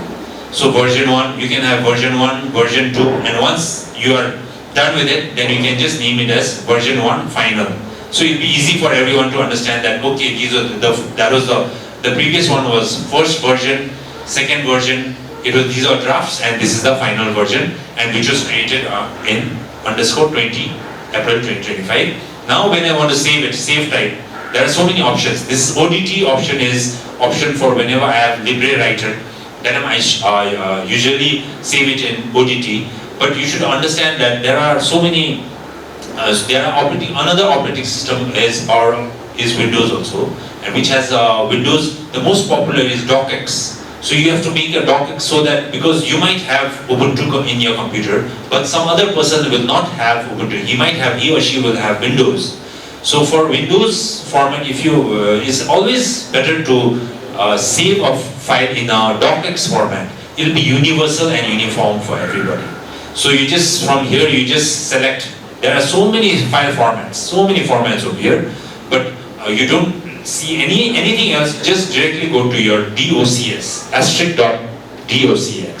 So this is 2010, or you can also do this Word 2007, so that you can make it more universal. So somebody who has Word, Microsoft Word 2007 will also be able to open it. This window Word 2010 means somebody who has Word 2010 will be able to open it, but somebody who has Word 2007 will not be able to if you select this. So I usually do is that I always select this Word 2007 DocX. So once I selected this, then I just save it. See, it even says you want to use what format. You just always save it in Word 2007 format. Now, I already showed you also, if you want to make it a PDF, just export it as a PDF. You just do lossless compression. Lossless compression means if you want to make this document smaller size, then you should do JPEG compression. It will compromise on the quality, but the size will be smaller. If you have high quality, size will be bigger. So you have to understand that. So mostly I just do lossless compression because I don't want the quality to decrease anything like that. And usually I do 300 dpi, and then I just click this archivable PDF. Once you do archivable PDF, searchability automatically by answer. Searchable by answer once you do. So when you export, then you can just export it as, you can just save it in the same folder only. Suppose this is the final document that you're doing that, then you just save it in the case files, and top sessions code, CGM code, Uday Singh, charge sheet ko chahi. This is the save. Now it is ready for upload, final upload. Are you understanding what I am saying? So here we have three. One is version 1, one is final, and one charge sheet is PDF A, high quality, 24 karat, which is ready for upload. If you check its size also, it's just 42 KB, which is a small size. It can be easily uploaded, easily downloaded. But however, it's just one page. I know your charge sheets will have many hundreds of pages. So I'll be showing you how to format that also to make it easy to have bookmarks and all that also. So first I'll just finish it with the folder naming and all that. So FIR. So if you structure your folders like this, then it will be very easy for you. So why file and folder management? Avoids misplacing charge sheets, FIR copies and witness depositions, reduces time wasted in searching during hearings, prevents duplication of documents across cases, ensures uniformity across the prosecution team, helps in smooth transition if files are transferred between officers.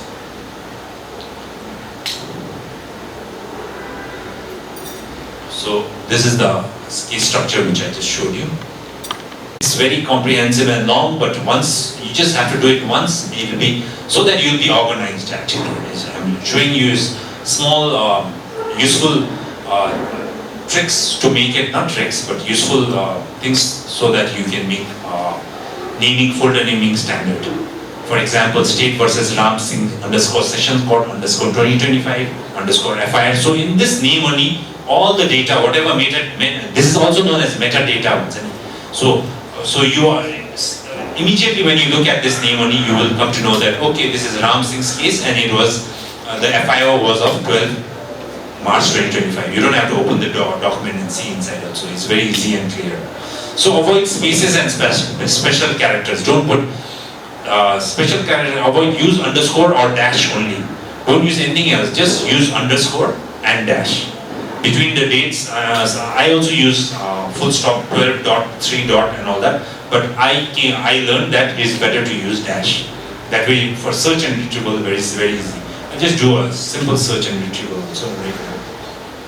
So case files, suppose I'm here, I need to search for maybe Ram Singh.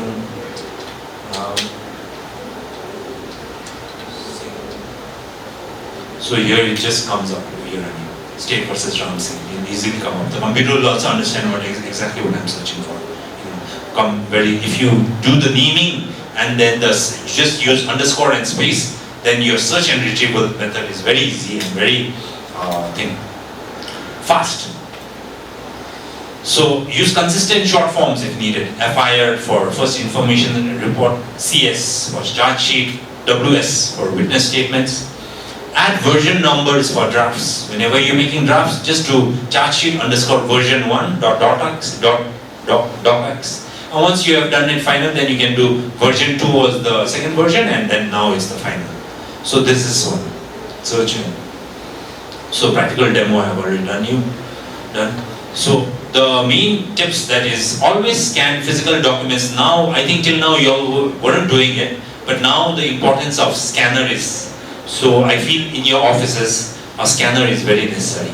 And once you buy a scanner or you just get a scanner, just make sure that the software of the scanner, just make sure that there is a PDF-A. The software supports PDF-A. Most of the scanners will support PDF-A. Just ask whether the software has a PDF-A, so that you don't have to take it to Word and again automatically when you scan it only, it will directly scan into PDF-A. Searchable PDF-A automatically balance. When you press scan and when you do the output, so it's very important when you scan it that when you are naming it, that name it properly. Like Ram Singh underscore 2025 and some other name for him. Say it will be very first May all your job, half the job will be done there. When you name it properly, and then you just name it when you're scanning it, you just keep in mind that you have to name it properly, you have to put underscores, no spaces, but underscores, and date goes, you just put a hyphen, that's it, and then it has to be PDF, and then just stress, suppose you go to E-Seva Kendra also, just ask them that I want my document scanned, but show me where is the PDF-A option. Can you know the option? There will be PDF-A, just like in the Word only, sidebar there will be, like when you do export in the scanner software only, in the side only there will be a general, there it will show you also, there will be PDF-A. Just tell him to always check mark that PDF-A. Once you do that, then everything is very easy after that. Then you'll be very ready for it. So whenever you scan something, so tips and tricks is that, first one, always scan physical documents immediately and store it in the right folder. So half your job will be done there. So now you have to change, or you have to change your mindset that once you get documents, it's better to use the computer more. So in order to use the computer more, you have to scan the document immediately. Once you get your document, if you have a scanner, if you don't have a scanner, go to E-Seva Kendra, have it scanned into PDF-A, put it in your pen drive, then come to your computer and then you can store it in the correct folder. That way it will be more organized for you. So this I have already done. So structure is district, court, case, document. This you know. Consistent naming conventions.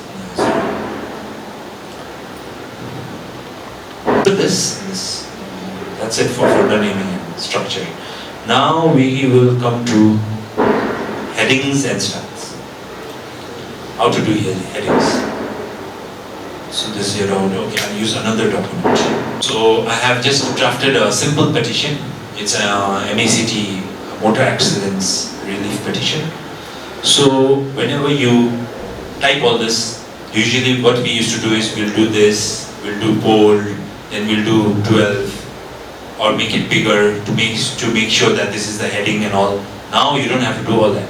It's very simple. You directly just go suppose you want to make this as the main heading, then you just make it. Usually you use, I use Calibri usually. Calibri or anything you can use. One. And then Gyalshing, you use, okay, this is also heading 1. This is Gyalshing or Sikkim. Now, this one, you can just do styles, heading 2. This one, you can use heading 3. So, this one also you can do heading 2. Styles, heading 2. Facts of the case, make it styles, heading 3. So, heading 1 for the main head, then the others are 2 and 3. Styles, this one is also 2 and this one is 3.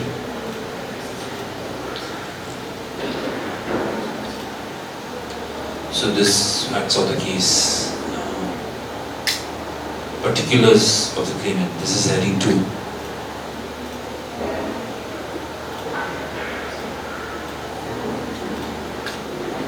Okay, this is heading 3. So once you do this, what will happen is,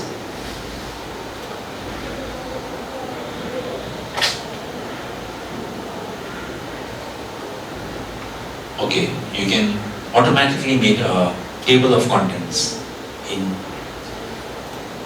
So once you do this, what is the main use is that you can directly do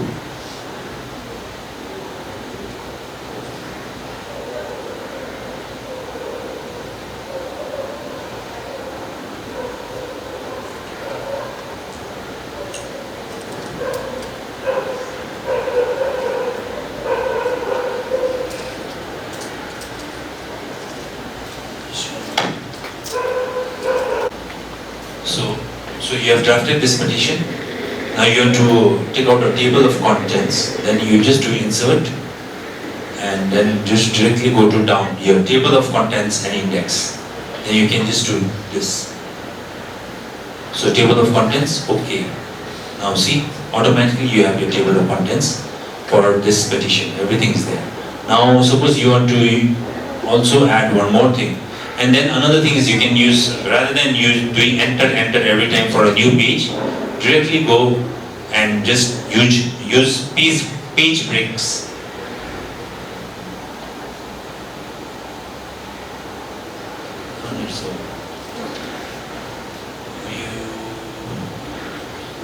Page break. When you do page break, it just goes to another page. You don't have to always use enter. Once you feel that in this page everything is done, you have to go to another page, just click page break. Again you have to break this page, just click page break. It will go to another page. So let's say we add one more over here. Let's final judgment.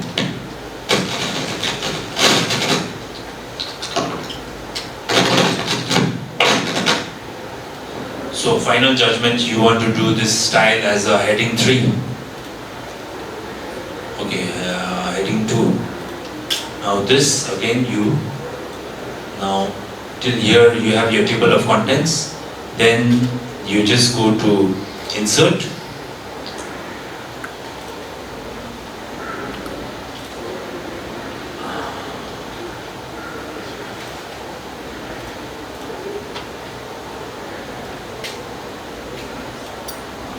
Insert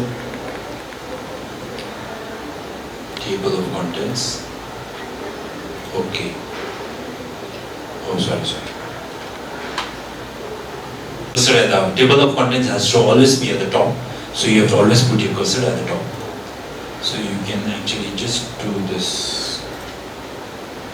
Update table of contents. Once you update, can you see over here final judgment? That also appears. See, it's in page 4.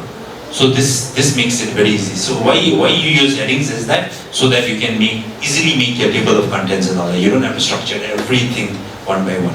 It becomes much more simpler and faster also. Table of contents is done, page break is done.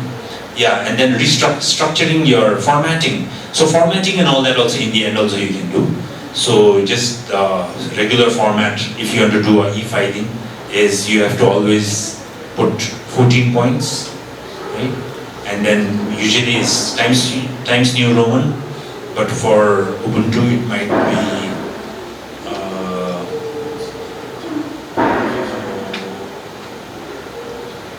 okay, let's use Calibri. I just use Calibri usually. Calibri, and then format, you go to page styles, general page. Page is always, it should always be A4. Okay? Just, you do just Control A, format,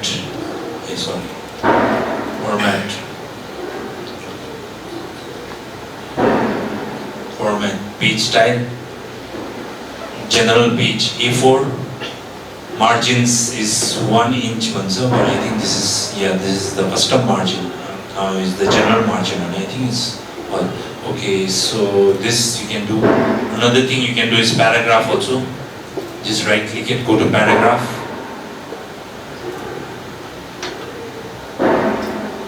Spacing, you always do 1.5 lines. Don't do 1.5, you just do 1.5 lines. Okay. And then your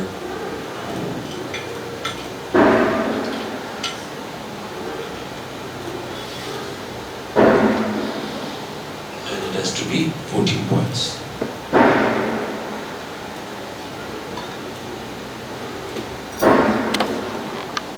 I think this complies to whatever is required for e-filing. So you understood? Page break, table of contents, indexing, headings, then 14 points, font size should be 14, and then yeah. That's place the TOC, that is the table of contents, at the beginning of long documents. Use heading 1 for title, heading 2 for sections, and heading 3 for subsections. For quaternary documents, export to PDF with bookmarks. LibreOffice preserves the TOC. LibreOffice preserves the table of contents. So now we want to export this. Now we have to file it for e-filing. Then what we do is, so file, export it as PDF, make it PDF A. You can do 300 dpi. And then there is one, if you just, there is a tagged PDF. So this, all the tags will also be available. When you do archival PDF, so you export it. Let's say you export it as, so this is MACT case. MACT case, export it as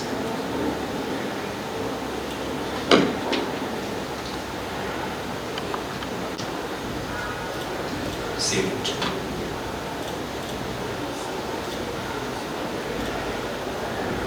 So when you save it in your MACT case,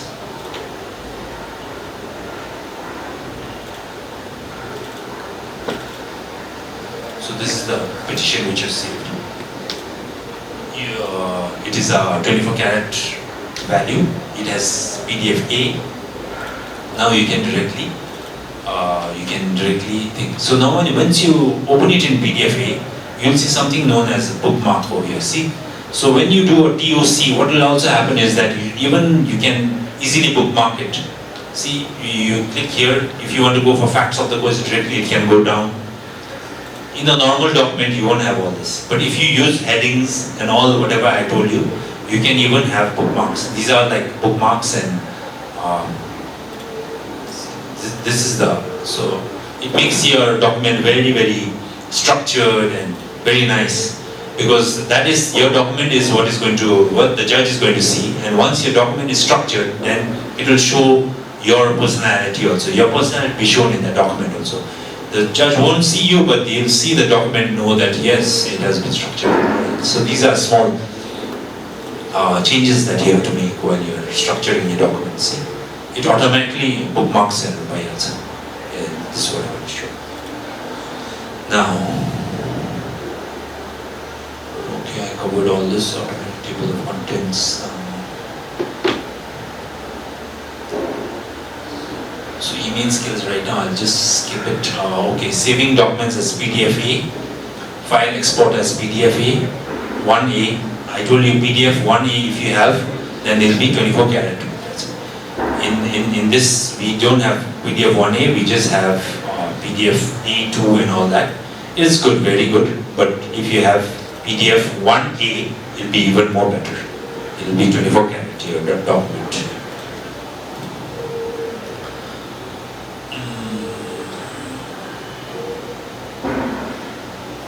So all this drafting I have done. So now e-filing, how to e-file a case. Now we have prepared a petition, we need to e-file it.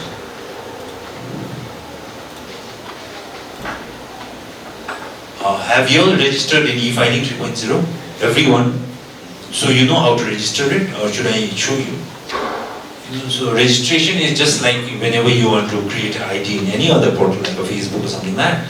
Just that before you register it, you have to make sure that your ID and all your details like your name, your phone number, your email address, your date of birth, and your bar registration number, these details have to be submitted in the court. In the court, they will upload all this detail in your case information system.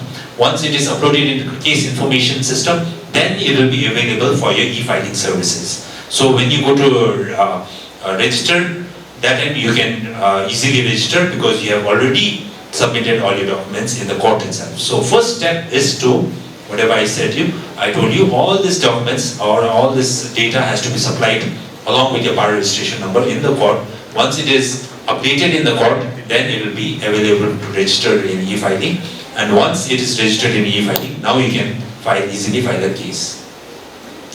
Once it is not only registered, but it has to be verified by CPC also. Once it is verified, I'll just show you. Actually, username can be your mobile number running these days. That's what everyone does.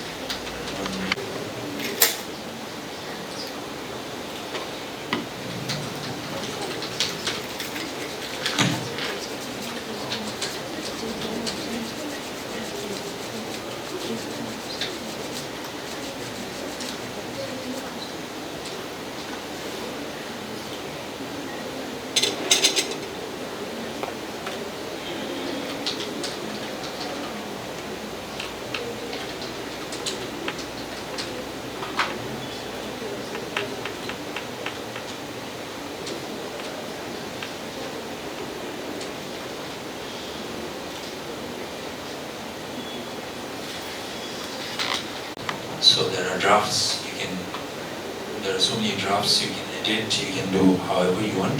So let's directly go to the case file. So new case, I want to file a MACT case and just check my petition, what are the details I need to enter. So it is Ram Tamang versus branch manager.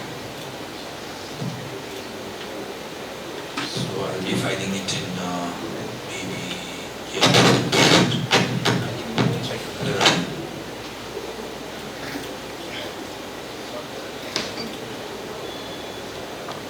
So you can just go to my profile. This Sita ma'am, I have asked, she is also a legal retainer lawyer and I have asked her permission. So once you're verified, means by CPC means over here, which you see over here, this means verified. Means once you register, once your documents are, it will be verified. CPC will see that your documents are proper or not. If your documents are proper, then it will do verify, and once it's verified, it will be verified by CPC. You have to also, after you register, you have to verify your mobile number, email number. That will be verified through your OTP. When you enter your mobile number, you will get an OTP. You have to enter that same OTP. Also in the email, also you have to enter the same. So this all has been done in this profile, let's say. So you can even update your practice locations also. Over here, district, High Court. If you want to practice in the High Court also, you can update High Court of Tripura also if you want anything. If you want to, or if you want High Court of Sikkim, it's not been updated recently.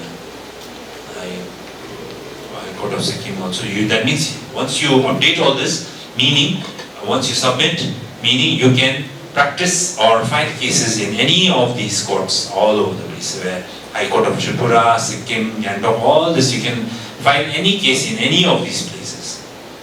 So now we file a new case. So let's say you want to file a case in Gangtok, and then you have to file a case in the Establishment District and Session Judge, a civil case, or an MACT case.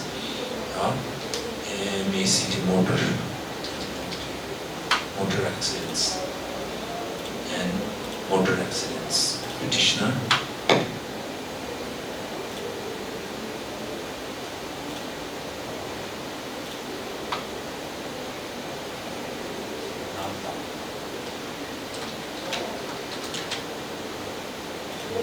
I'll just give my mobile number only for OTP verification and then submit.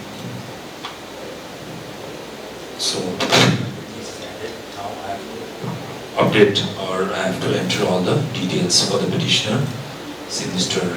Tama, he's a male.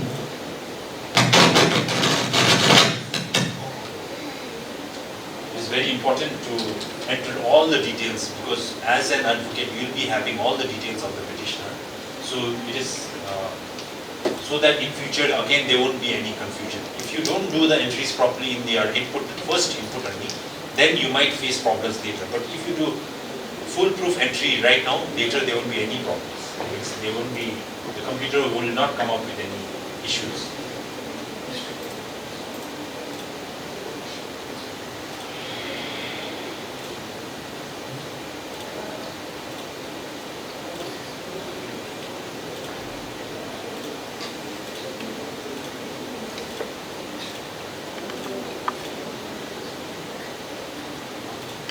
Our e-prosecution, that time this address, whatever you entered here, that will also reflect there.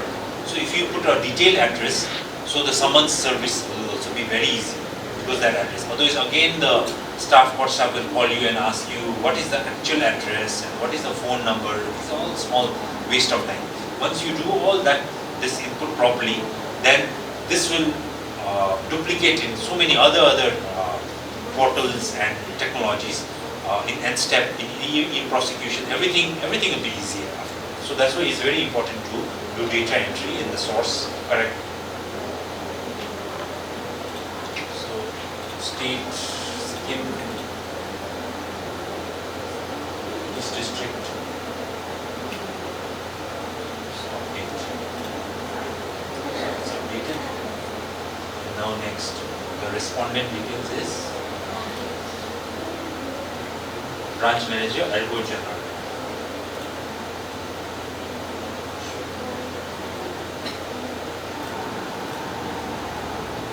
So organization. What kind of organization is insurance company?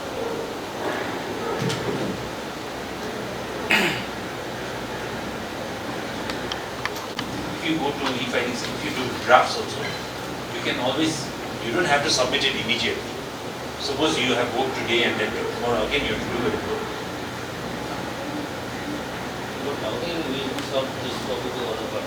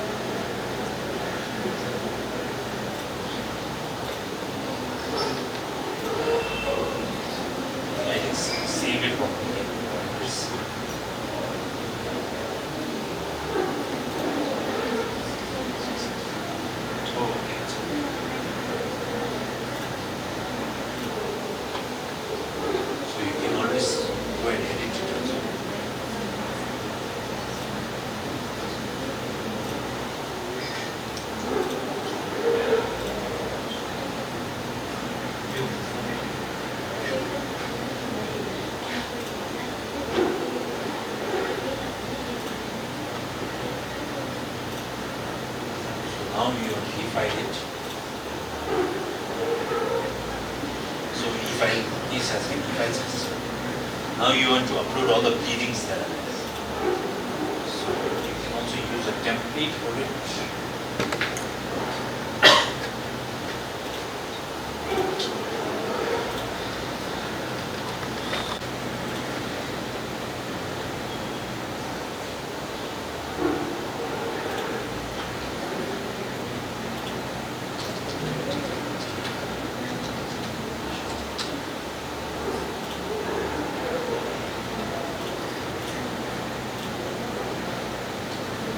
These are all the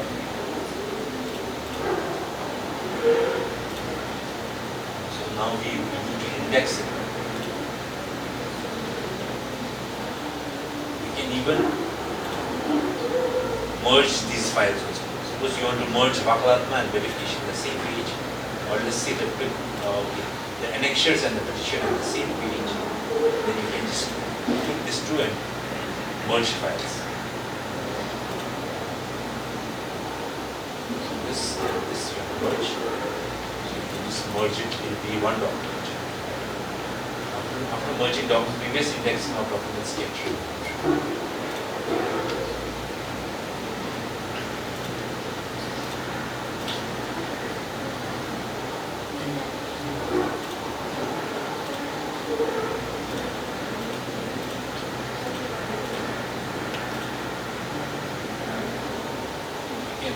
Rearrange PDF files and combine multiple PDF files into one single PDF.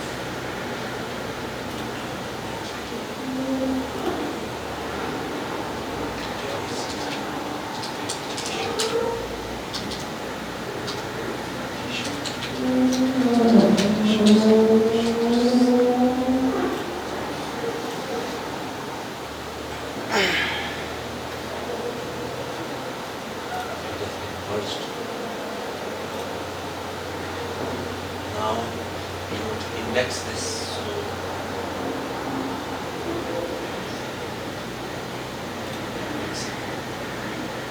So first you have to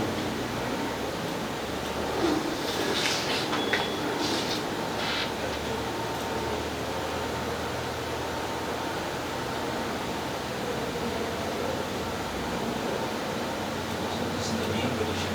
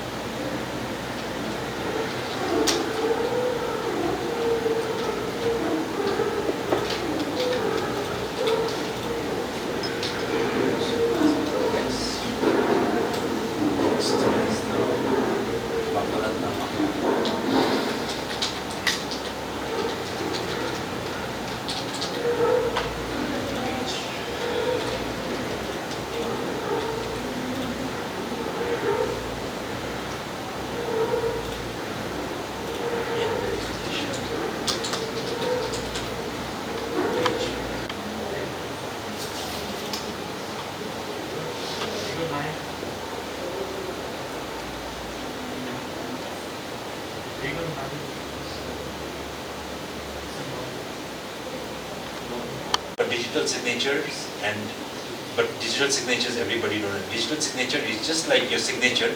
Digital signature doesn't mean that once we sign it and when we scan it we see the computer wala signature sign. That is not a digital signature.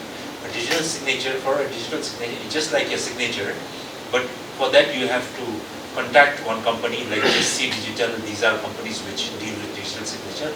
You have to apply for a digital signature, you have to give all your details to them, and then they will make a token. They will make like a pen drive token. So whenever you want to digital sign it, you have to insert the pen drive, and in your PDF file, then you can only digital sign. You can't just sign with your signature and once you scan it, it's a digital. That is not a signature. That is the wrong concept of digital signature. Digital signature, once that token is there, that token becomes like a key for you. Sabi just there. It is like a digital signature. You can apply the signature anywhere. Or once you apply that signature anywhere, in a document, the computer will understand that this is coming from that digital signature and all its certificates are all valid. Say computer will understand, and once you put a digital signature also, what happens is that it cannot be tampered also. But when you sign and scan it, and anybody can tamper it. But once you put a digital signature, there will be like a watermark or something like that, which will say that this document has been signed by a certain person. If somebody tampers, we'll easily come to know that it cannot be tampered. That is the difference of digital signature. But we usually don't have digital signature, but the other option is either through Aadhaar verification, and the other one is mobile OTP. Everybody uses mobile OTP. So we just use OTP. We will authorize that this document has to be signed by Ram Tamam through OTP. So authorize this Ram Tamam to do a OTP and submit. So it is opt for authentic, and then even this verification document also, you just authorize it by Ram Tamam, OTP, submit. Same way for the Vakalatnama also, authorize Ram Tamam, OTP, submit. So all the signatories authorization is done. Now you have to do OTP. So you put the mobile number, get OTP.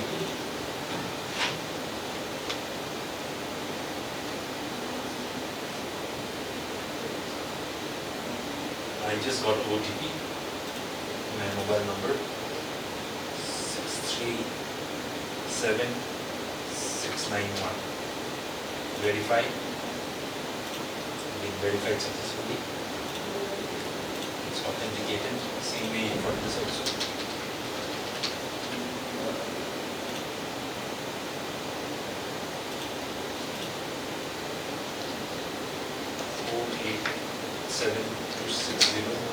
Verify.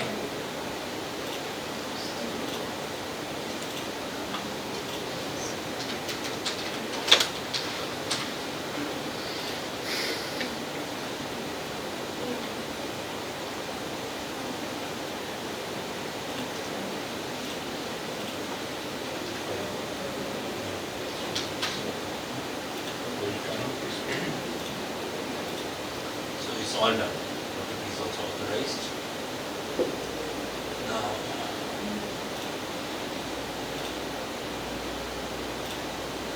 meetings are all.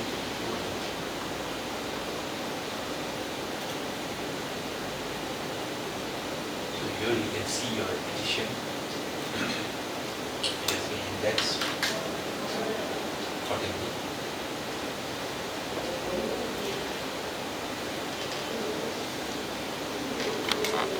Usually, suppose we have to do some kind of e-payment, I will show you that also.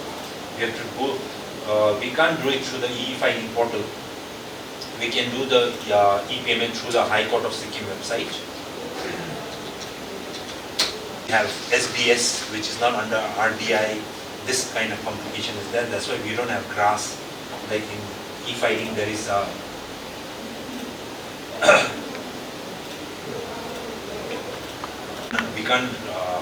we can't get the GRN, but what we can do is once we do a e-payment, once we get that e-payment receipt, that receipt can be again scanned and uploaded, and it can be part of your pleadings.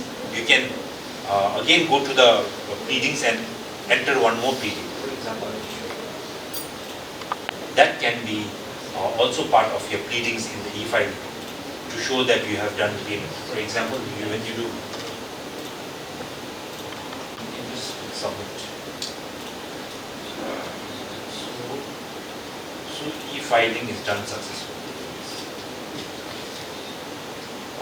Yeah. Sir, Yes. I have one query. Whether the recording of both is mandatory?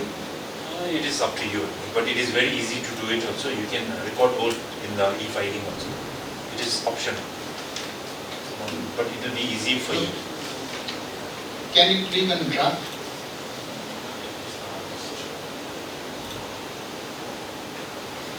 Draft? Draft. Draft is actually, it's already submitted. I have already e-filed it. So there is no draft. And how to remove pending objection from the objection place? So when we got the objection and after clear all the objection, that means we clear all the things, but still showing in the objection place. For this one? Yes.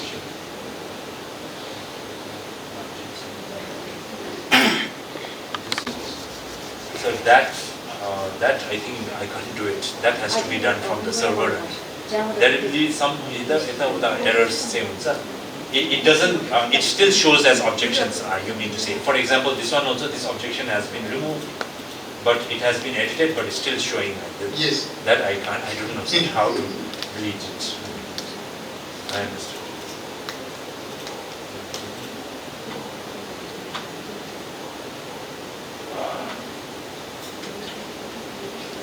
So we have e-filed the case. Now what happens is once you e-file the case, it goes and in the court, like, oh, this is not recording. You can even record the vote also.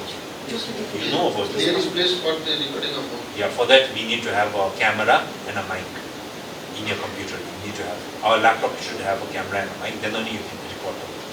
You have to record the... What should be the content in the oath? Oath, it will be written over there. I solemnly affirm that whatever documents I have submitted is submitted by me on this date. I think there is a pretty strong select client recording code.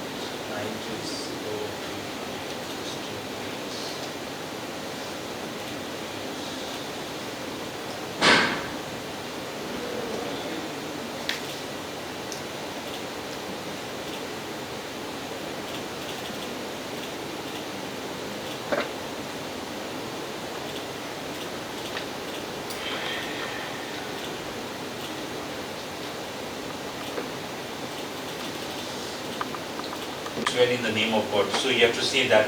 So as this computer doesn't have a camera, so it is not showing.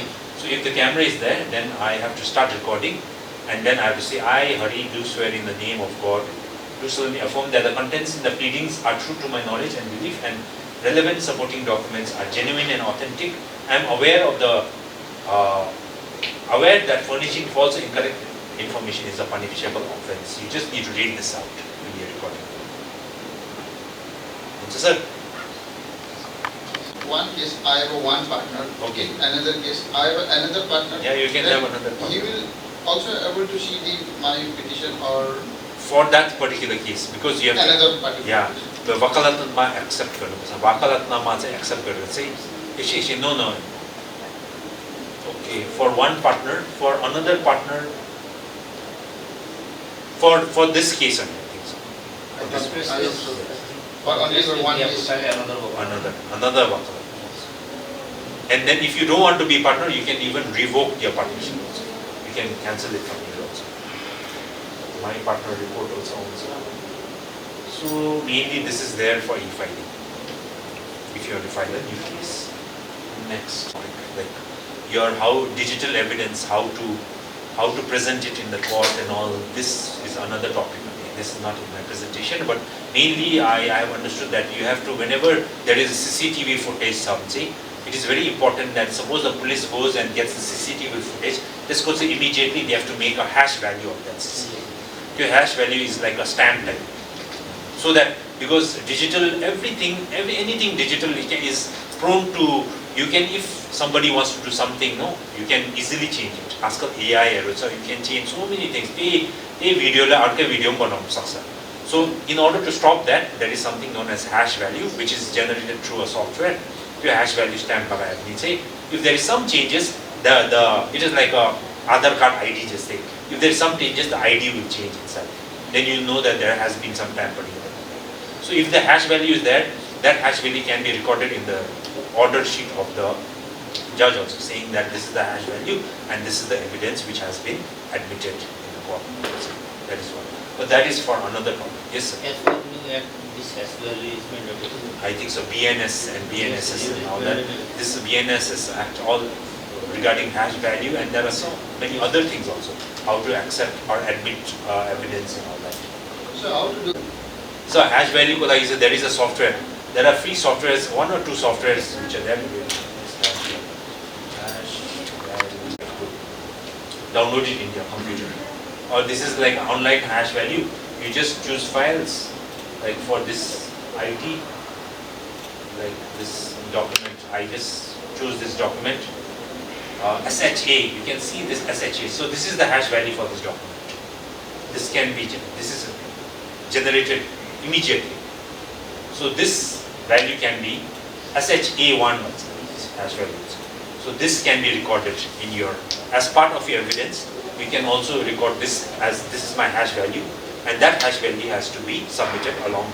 And even the judge in the order sheet also can write that this is the hash value for that certain evidence in the prosecution. So this is one way.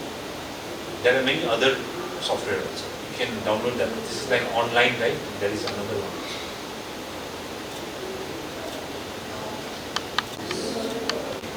I'll just show you one alt text. Suppose in a document when you are drafting a petition, there is a photo that you have to insert. Insert an image. The features. So that even your blind person also can read your picture, or you can read your document. How to read the document, I'll just show you this.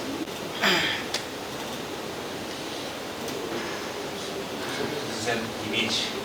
This is the one image which, suppose for example, this is when you are doing a petition, you also put an image or any. So when you put any image, what you can do is you just go right click it, go to properties. There you can also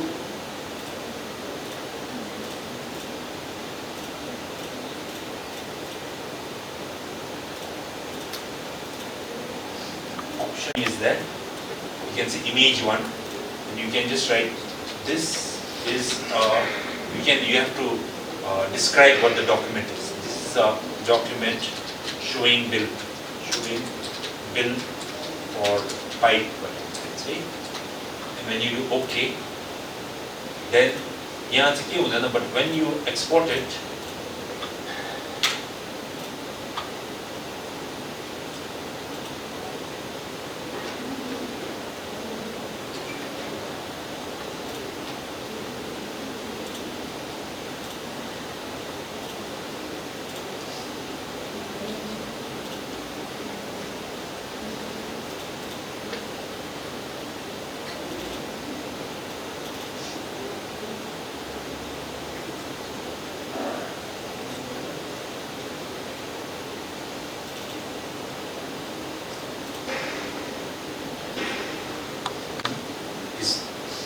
reading, he will use a screen reader to read it, and then when it comes to the image, when he hovers the image, that time the software will automatically say, that will be said. This is a document showing bill for pipes, let's say, a blind person will be. So if you just make that simple one change, which I showed you.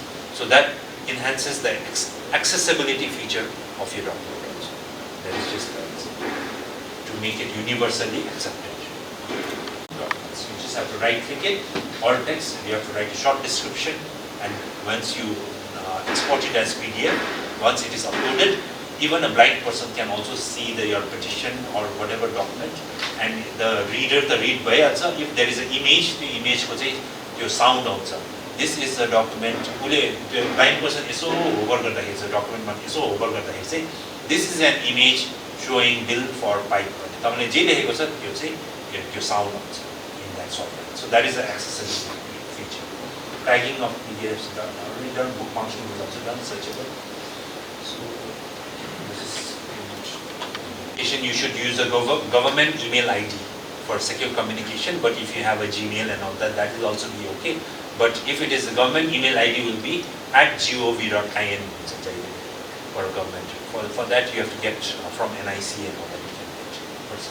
So strong passwords. A password should not only have a text and a word, but it also has to have a special character also. And uppercase, lowercase, special character, and text is a good strong password. two-factor authentication. Whenever you are signing in to your Gmail, if it is linked to your phone, that time once you enter the password, then again they will say a message will come to your phone saying that is that the number. Like normally, if you have access to your email from another computer, it will Google will identify immediately, and then you will have to.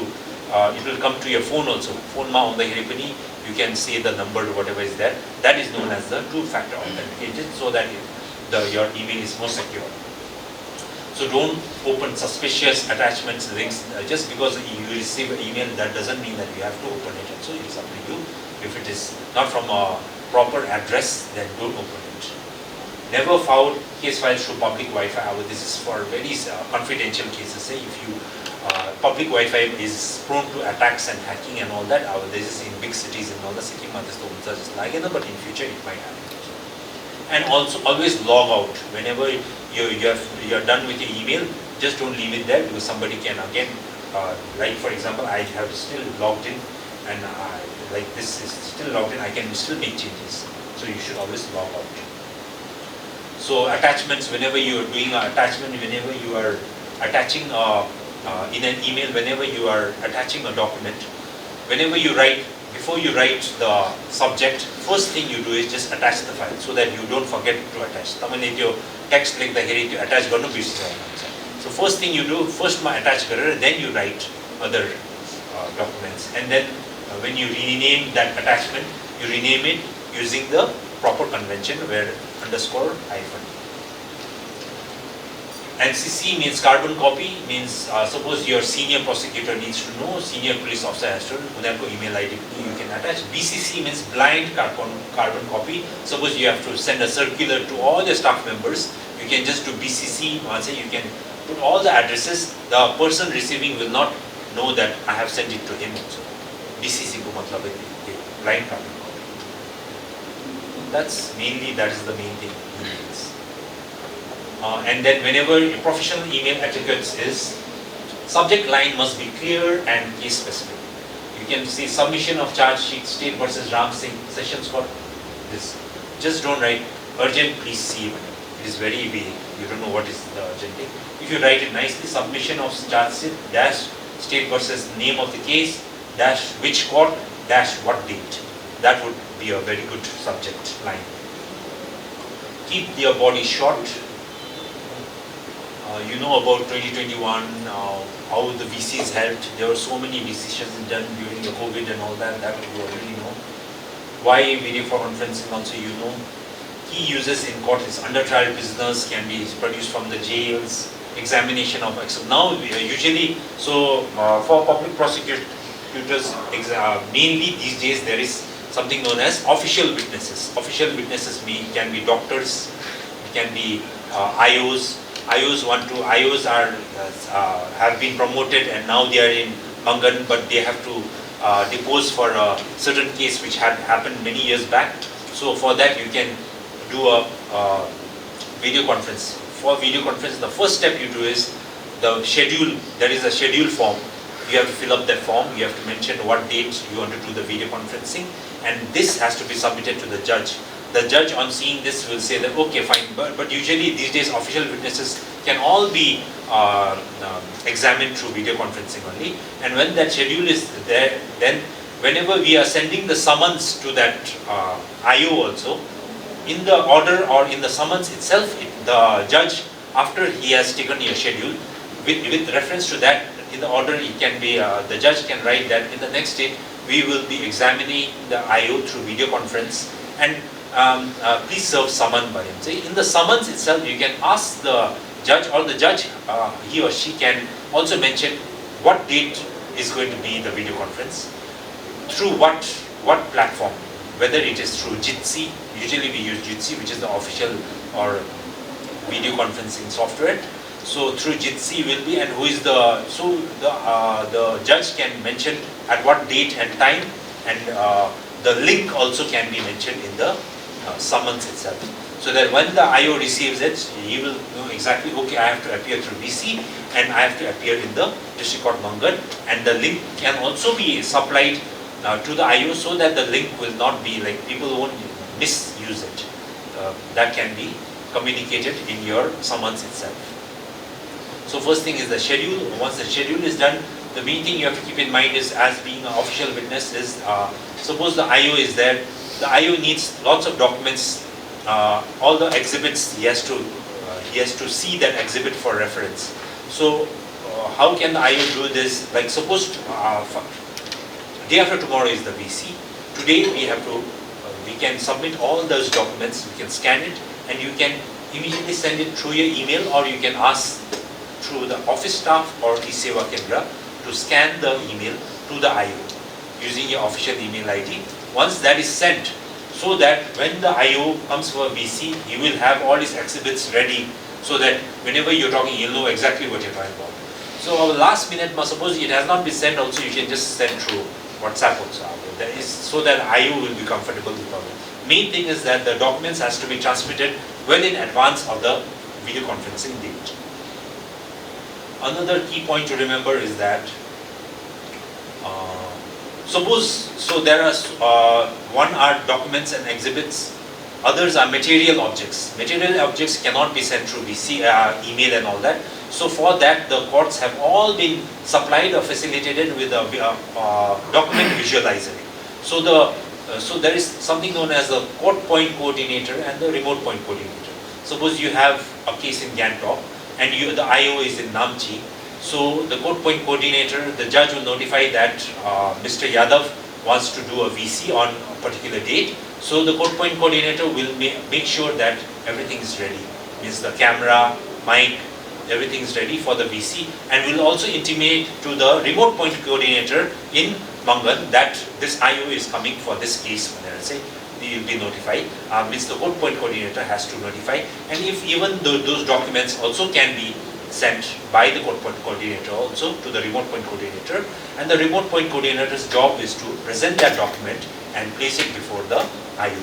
Now the IO's job, who is going to come through VC, is that he has to carry his government ID, and he also has to send his ID well in advance, as well as the remote point coordinator also has to send their ID well in advance. Means suppose day after tomorrow, maybe by today, they have to have it sent to the court, so that all that can be kept in file and can be recorded in the order.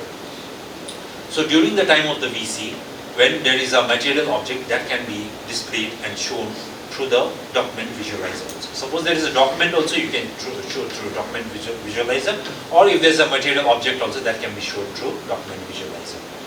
Now after the video conference is over, then whatever deposition, whatever has been recorded by the judge, that has to be immediately sent to Mangan, to the remote point. It has to be emailed, and in Mangan, in the remote point, the IO has to sign it, and then the remote point coordinator also has to sign it. He has to mention that he is the remote point coordinator. You can just, after usko signature ko muni chahi, he can write his name, he can write his designation as a remote point coordinator, and he can also write his address, that Mangan ma bhayo. The remote point was in Mangan. So that once you see the deposition, you will come to know that, okay, this deposition was held through VC in Mangan. And that has to be immediately communicated or emailed back to the court point by the remote point. And once it is sent back to the court point, it will be kept in the case file. Before it used to happen, and even the original copy also used to be sent money, but now according to the video conference rules 2025, I don't think so we need to send the original copy also. It can be retained there only. Later, anybody can take it, but before it was mandatory that the original copy also has to be sent through email. There was a rule before, but now that has been bypassed, and I think the Xerox copy with the signature, both the signatures will also be. We are practicing that original one. Original one is also valid, but now slowly I think we will send it through speed post. Yeah, you have to send it through speed post. Yes. Usually, what we used to do is that, what I used to do is that in Gangtok, e-Seva Kendra mein rakyo, and whenever the process server from Gyalshing used to come to get anything or deliver someone or get some, whenever they used to come for Gangtok on tour, then I used to tell him that please collect all the original depositions from the e-Seva Kendra. I had instructed the remote point in e-Seva Kendra Gangtok also to keep all those documents for Gyalshing separately, so that they don't have to send it through speed post and all that also. त्यसो गर्दा Especially for the expert who are from other states. Yeah, that is we very are, we are sending these through speed post, speed post. and they will send it and then send it back to the. But it has to be sent firstly through email. No, yes, sir. First we But will send it even to the original copy also used to be sent. But I think now in the new rules, I didn't see anywhere mentioning that you have to send an original copy of the same. Yeah. I think you can do with the email names also. The original copy पढाउनै पर्छ त्यसको केही mandatory छैन अहिले चाहिँ in the new rules. And system officers, judge decides on the VC permission, records testimony, ensures decorum. System officer sets up, troubleshoots, coordinates. No VC succeeds without both working in sync. So VC rules 2025, sir, you can always read it. Video conferencing rules 2025 only. There's a new rule which has come. It's very simple. You can read it whenever you have time, sir. The breakdown of the VC process.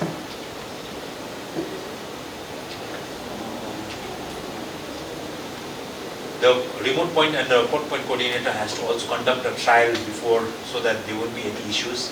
Whenever you are sitting as prosecutors yourself, suppose you are doing VC from your chamber, please note the lighting. The light has to face your face. Please don't keep the camera down below you, so that if it is eye level or a little bit up, and then just don't only show your face. Sorry, if you keep the camera so that you can see your. These are the small things that you. And then another thing is, whenever you're doing a VC through a computer, that time suppose you have a wired connection, broadband, add jaldi, I don't know what broadband is that. So if you have a broadband in a chamber, ask the broadband, or you can also take a LAN cable. The LAN cable ko broadband ko pisari त्यो LAN हुन्छ, you can make it wired. You can clip that and put that in your computer, because त्यसो गर्दाखेरि चाहिँ wireless भन्दाखेरि wired is much more faster.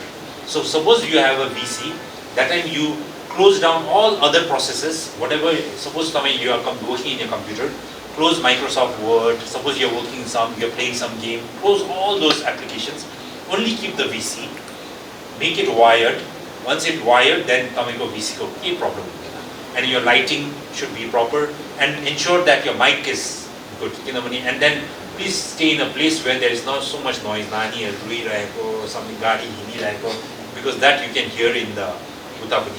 So please ensure that your VC room is very secure, undisturbed, lighting is good, your posture is correct, because these days you have to do so many VCs. And then your mic, and the most important is the network.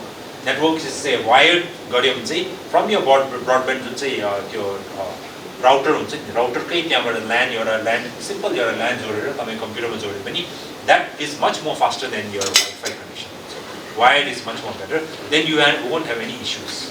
Network connectivity issues. Won't have problems. Troubleshooting, no audio, video, reboot system, check my camera. Low bandwidth. Bandwidth should be. You should have a good secure connection. Don't use mobile for.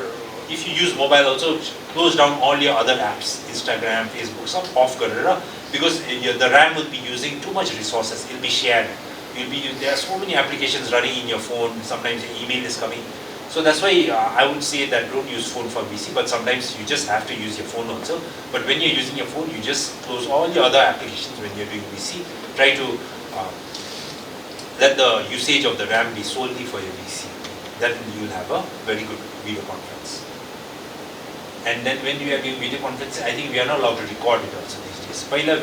It was mandatory that you have to do the recorded, it has to be recorded, but now I think you are not allowed to record it or something like this. So you should not record your proceedings. In the new rules it's given like that. That's it. Do's and don'ts, and then dress well, and then don't, like once VC हुँदाखेरि सरले एकजना हाम्रो advocate ma'am ले यसो VC हेर्दै phone पुरा यसो हेर्दै थियो, सरले got quite weird. Tell her to not use phone. Again, the advocate was saying that actually I'm doing my research. But I think you should not do your research and all when your VC is happening. Main thing is you should not disturb the other judges. The phone or something side. You can do your research maybe, but not while doing the VC. That time it's better not to do the research. dress formally, all this is always there. This is a simple video VC happening in हाम्रो district court. This is the court point हाम्रो judge साहब. This is the forensics lab मा RFSL. वहाँको camera अलिक down छ. It is not see त्यति राम्रो देख्दैन. Down देख्दैन.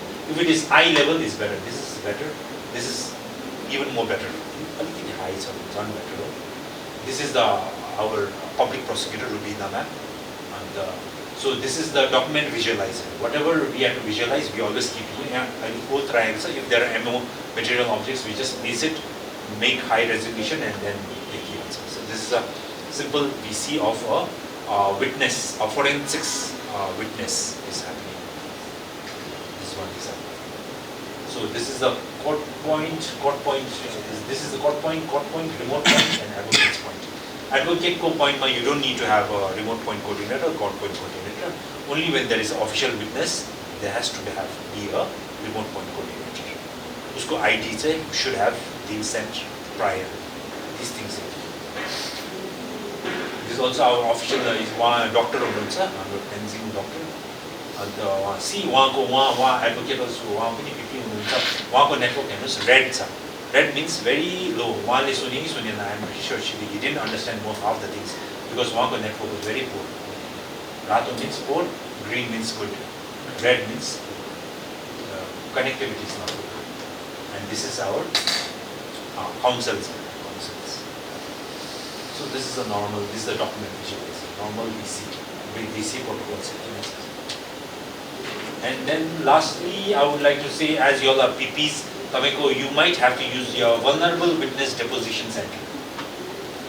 So this is a simple vulnerable, we have a VWDC, vulnerable witness deposition center is a center where the witness, whoever is vulnerable, it can be a witness who is underage, who is a rape victim. It can also be a very grown-up man. Man also can be vulnerable because that man might have been trafficked, human trafficked. He might be a labor. Just because he's a big man, he's not vulnerable but China. He might be psychologically, he might be human trafficking. So these are vulnerable victims, and so vulnerable victims are given a very private space where they can depose silently without any obstructions. Side there will be a very nice waiting room also, where the waiting room is very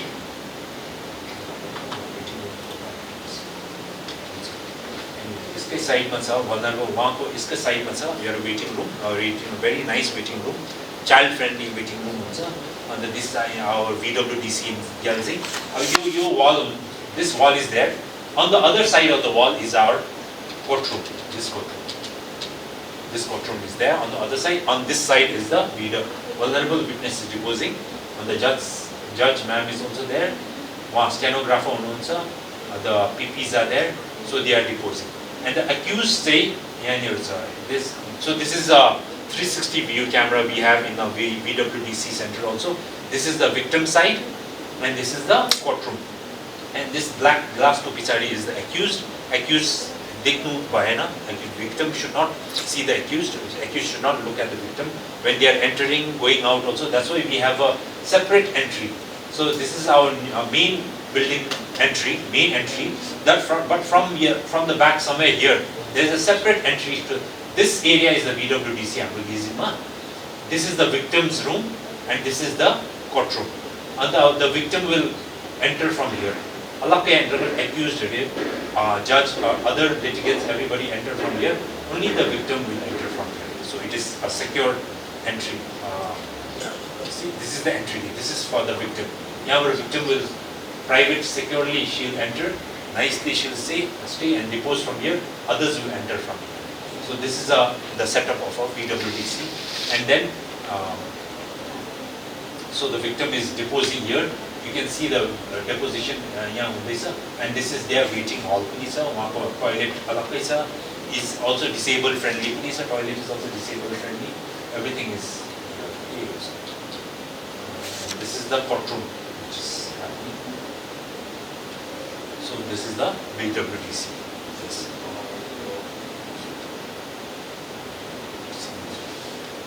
Any questions? I think it's the end. Any issues, any questions, please? Sir, and how to identify the accused? Yeah, accused. So once the questions, the counsels will put the questions to judge, and then the judge will make the question very nice and then put it to the victim. Earlier the questions used to be directly fired by the advocate or the counsel, but now it will be put to the victim. And then the identification of the accused will be at the end of the proceedings. The accused is sitting in this room. He can see the proceedings, everything. He can see the victim also, but the victim cannot see the accused. The accused is over here. He can see the victim. He can see the courtroom, everything, but the victim cannot see the accused. So in the end, when the proceeding is over, that time the accused will come out from here and he'll sit here. And the end will say there is one more computer over here. This is for the accused. Yeah, accused like last month after the proceeding is over, the accused will be shown and the victim will see. Chinyo, naam, that's it.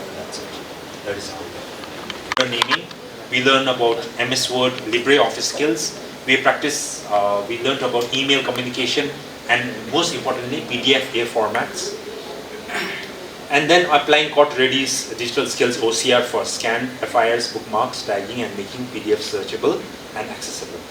Goal of this training was not just to teach computer tricks but to strengthen the way we deliver justice. When our case files are easy to find, when our petitions are formatted cleanly, when our emails are precise, and when our PDFs are searchable, we save valuable court time, and that directly supports the cause of justice. Technology is no longer optional or in our profession. It is a core part of being effective in court. I encourage each one of you to practice these skills regularly, sharpen them so that you do it again and again so you get better at it. Apply them in your upcoming case and also guide your colleagues who could not attend here today. I thank the Honorable High Court of Sikkim, the E-Committee of the Honorable Supreme Court of India and the Sikkim Judicial Academy for this opportunity. Most of all, I thank you, the participants, for your active engagement and attention. Lastly, I would say every minute we save through technology is a minute gain for justice. Let us use these tools to make our justice not only fair, but also faster. Technology will not only replace prosecutors, but prosecutors who use technology will replace those who do not. Thank you.